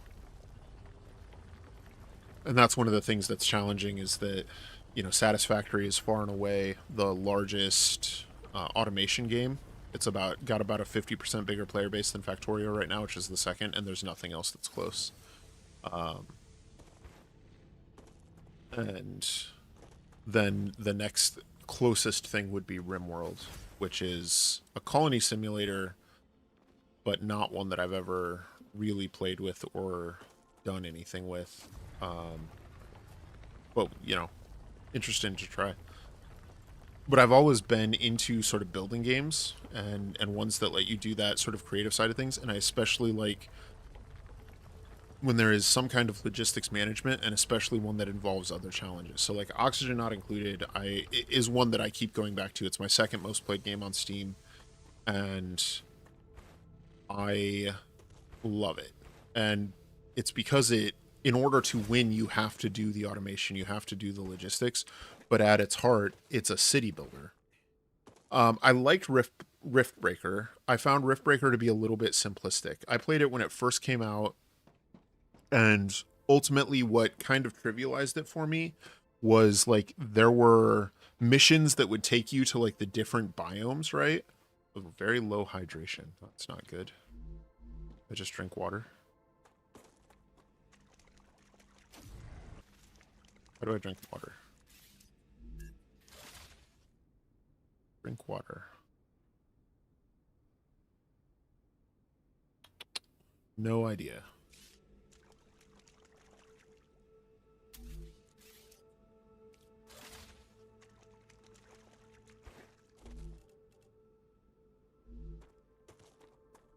Let's see. Hydro bulb. There we go. You eat the hydro bulb. Yeah, yeah. So with Riftbreaker, one could just hang out in the desert. Was always sunshine and always like super high yield on your solar panels. But also, when had sandstorms that while you were out there would cause them to fail, right? But when you weren't out there, your solar panels kept working and the sandstorm stopped happening. And so what you could do is you could set up essentially an infinite power grid, and then the power didn't get transported home, right? Like, but you could build machines, and since it used a universal resource pool, the stuff your machines mined got transported home. So you could set up the things that would either mine the like resources directly, or the synthesizers, the ones that would just sort of make them out of electricity. But because you had infinite power, basically, it just trivialized the entire game starting at that point. And so at that stage, I got through Riftbreaker, finished playing it, and was just kind of done. Like, and also, you know, like the increasing waves of enemies were good, but again, with infinite resources, it was kind of trivial to set up like the nuke launchers behind a wall of railguns, behind a wall of Gatling guns, behind a wall of flamethrowers, behind like 3 concrete barriers, and nothing ever even got close to the first concrete barrier. So it was a good game. I enjoyed it a lot, but I played it once and did not find sufficient depth to keep jumping deeper into it. So that's that. That's a fun one, and that's one of those things where I wish I streamed more, because that's the sort of game that I would love to stream, but I don't think I'm ever going to make a video on, you know? And I haven't tried Are They Billions yet. That one, I think I read about that one as an RTS game, right? Where it's like RTS, but zombie defense. Okay, reach level 5. Let's focus up. Is that accurate? Come here. I get some of these confused because Beyond All Reason, I think, is the other one I was looking at the same time as There Billion. Zombie Defense, yeah. Is rarely beneficial to the individual. Though, of course, it was beneficial to the development of civilization. Although this fruit is edible, that won't always be the case. Great job. All right. This is the end So, of yeah. your introductory training. But remember that Arcadia 7 is a dangerous place. Regeneration And a Chamber person Food will spend Station. their entire life, Okay. or So I think this lives, game, rather, you know, now that I'm a little further into it, stay alert, gather information, And don't worry, I'm always by your side. This watching is the your sort of every game that I would want Is to take that my a time with. threat? It's for your In the own same way that I safety. did the first time I played I will now Satisfactory. remove the introductory training restrictions. My first game in Satisfactory, I sent my first space elevator at like 12 hours. Sedative injector. My second one at like 60 hours. Communications channel active. And Awakening other crew members. now, if I don't get my first space elevator off in like 2 hours, I get bored, you know? Wonderful adventure and quickly pay off your debt. Oh, building an entire dual trail rack around, dual rail track around the entire. That's the way to do it, man. It's the best way. Okay, so we have a double hill. That's cool. But yeah, so Star Rapture. I think overall, this is a very promising game. I think it needs a lot of work to do. I think the movement feels just a little bit too clunky. And then I would say that the UI definitely needs quite a bit of work. Videos are lower risk overall, more chance to widen the audio, but where streams are synchronous event, harder to reach more people. I think it's kind of a mixed bag there. So like I enjoy making videos as a creative process. It is something that I do because I can spend time with it, because I can make it right. And I'll be honest, no video I have ever released I have felt okay with. And to me, that is a good sign, because it means that there's always more to do, you know? Whereas with streaming, I'm torn, because like playing this game right now and trying to chat with you guys is tough. Whereas if I'm playing Satisfactory, especially if I'm doing something that I've done a million times, like laying down rails or whatever, I don't struggle to keep the sort of the two tracks in my mind. But while I was chatting just now, I could have run through and like finished that objective 15 minutes ago, and I just forgot to do it because I was talking about video games with them. And like that's, in a lot of ways, that's a lot more fun to me. You know, I really enjoy that, but I don't know that it makes for a riveting, you know, viewer experience, and that is something that I care about. Like, I don't want to waste your time, right? Like, I care about you guys, and to me, one of the most valuable things we have in the world, and maybe the most valuable, is time. And so, like, part of the reason I don't stream more is because I don't know what I would do that is interesting to watch more, that is respectful of y'all's time. Whereas if I put together a video and it's at a standard that I'm willing to release it, then it's because it's the sort of video I would want to watch and that I think people will get value out of. And that's sort of my standard for releasing content. I do have a second channel, Dakoba Plays. Check it out. It's full of stuff where I don't put in that level of effort, either just like straight up like I play the game and I post the VOD, or, you know, stuff that I, you know, isn't in the main niche or don't take the time and effort to do stuff in. Like a sage tree. Now you talk like one, and I mean it's a compliment. Oh, thank you. Yeah. Well, thank you, man. That's kind. But yeah, so, you know, feel free to check out that channel if you want to see me just screwing around playing. I think my most recent stuff on there was Timberborn, but I've done some World of Warcraft. I've done some whatever, you know, whatever strikes me that day. But I want this main channel to be, you know, at a higher level of quality, and mostly focused on the factory and automation games, but also on city builders as much as I can get into those. But yeah, like, it's happened again, man. We've been sitting here chatting, and I picked up a few plants. I don't even know what else I'm doing right now. I leveled up my survival skills. Have a good night, man. Oh, yeah. Well, thank you. That was kind. Have I linked my other channel? I haven't yet. I'll do that later. I will make sure. Let me see. The problem is I don't have this game set up as a thing. Those are the videos you wanted. Let me do it. I have to hide my screen because it's like getting the links and stuff might be a little tricky. Let me do this. And I'll post the link to it in the description as well as in the chat for you guys.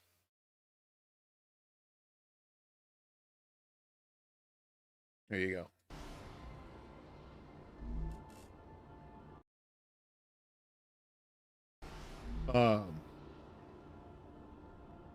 Well, yeah, and well, that's what I enjoy. Like, that's what I like about streaming is that, like, to me, the last few streams have just been us hanging out and having a good time.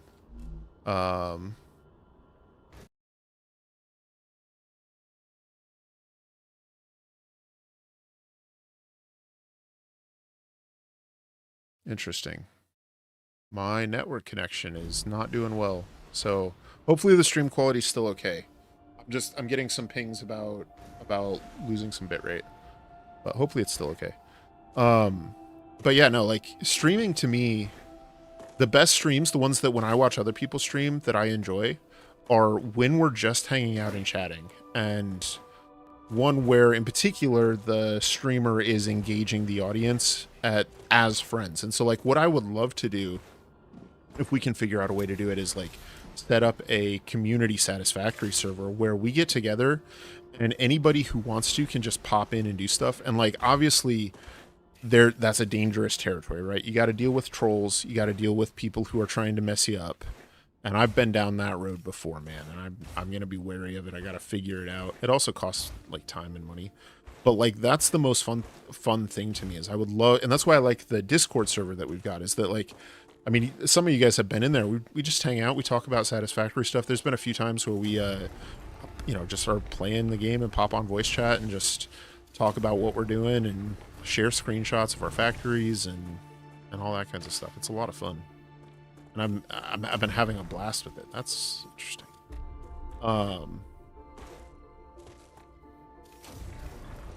But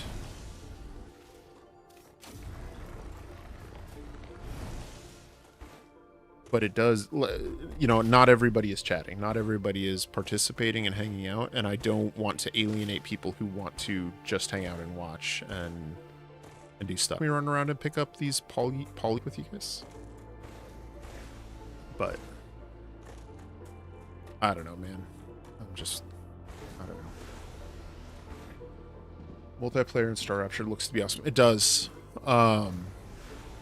That's probably the thing that makes me most excited about this game, is because I don't like being bad at video games, and I'm pretty bad at first-person shooters. And sometimes that's okay. Sometimes that can be a lot of fun. So like Overwatch, they made it so people who are bad at video games can play as Winston or can play as Mercy, and you're fine. Like you still contribute to your team in a meaningful way if all you do is just hold down the button and generally aim your camera in the right direction, right? And like that is great. That is my lane in a first-person shooter. Like if I play Call of Duty, it's grenade launchers all day, because like that's what I got, you know? And so what I would really like to do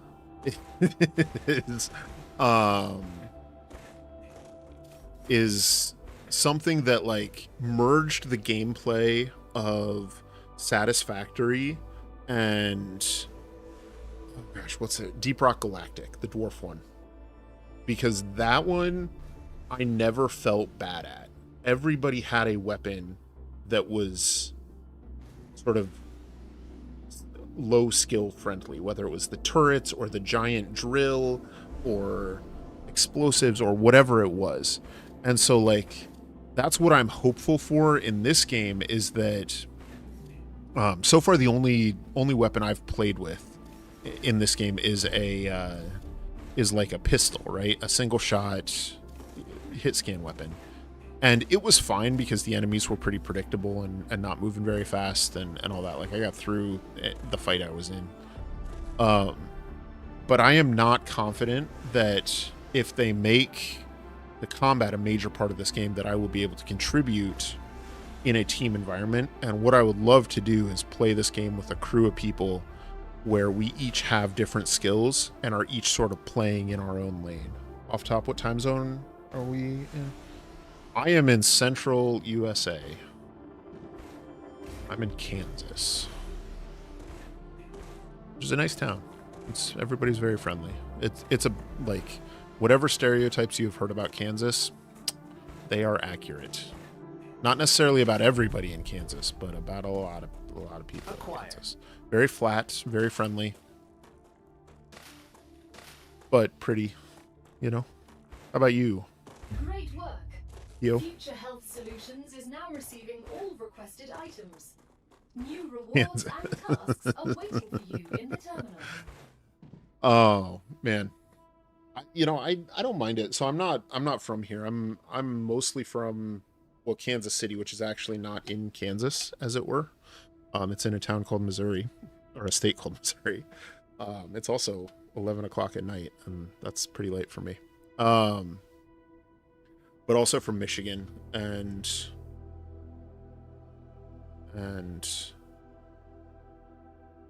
it's about the same everywhere you go. Everywhere has their nuances. Everywhere has their differences. Poland, well, welcome, man. Welcome to the stream. Yeah, hey, man, we're all degenerates here. Like, that's our thing.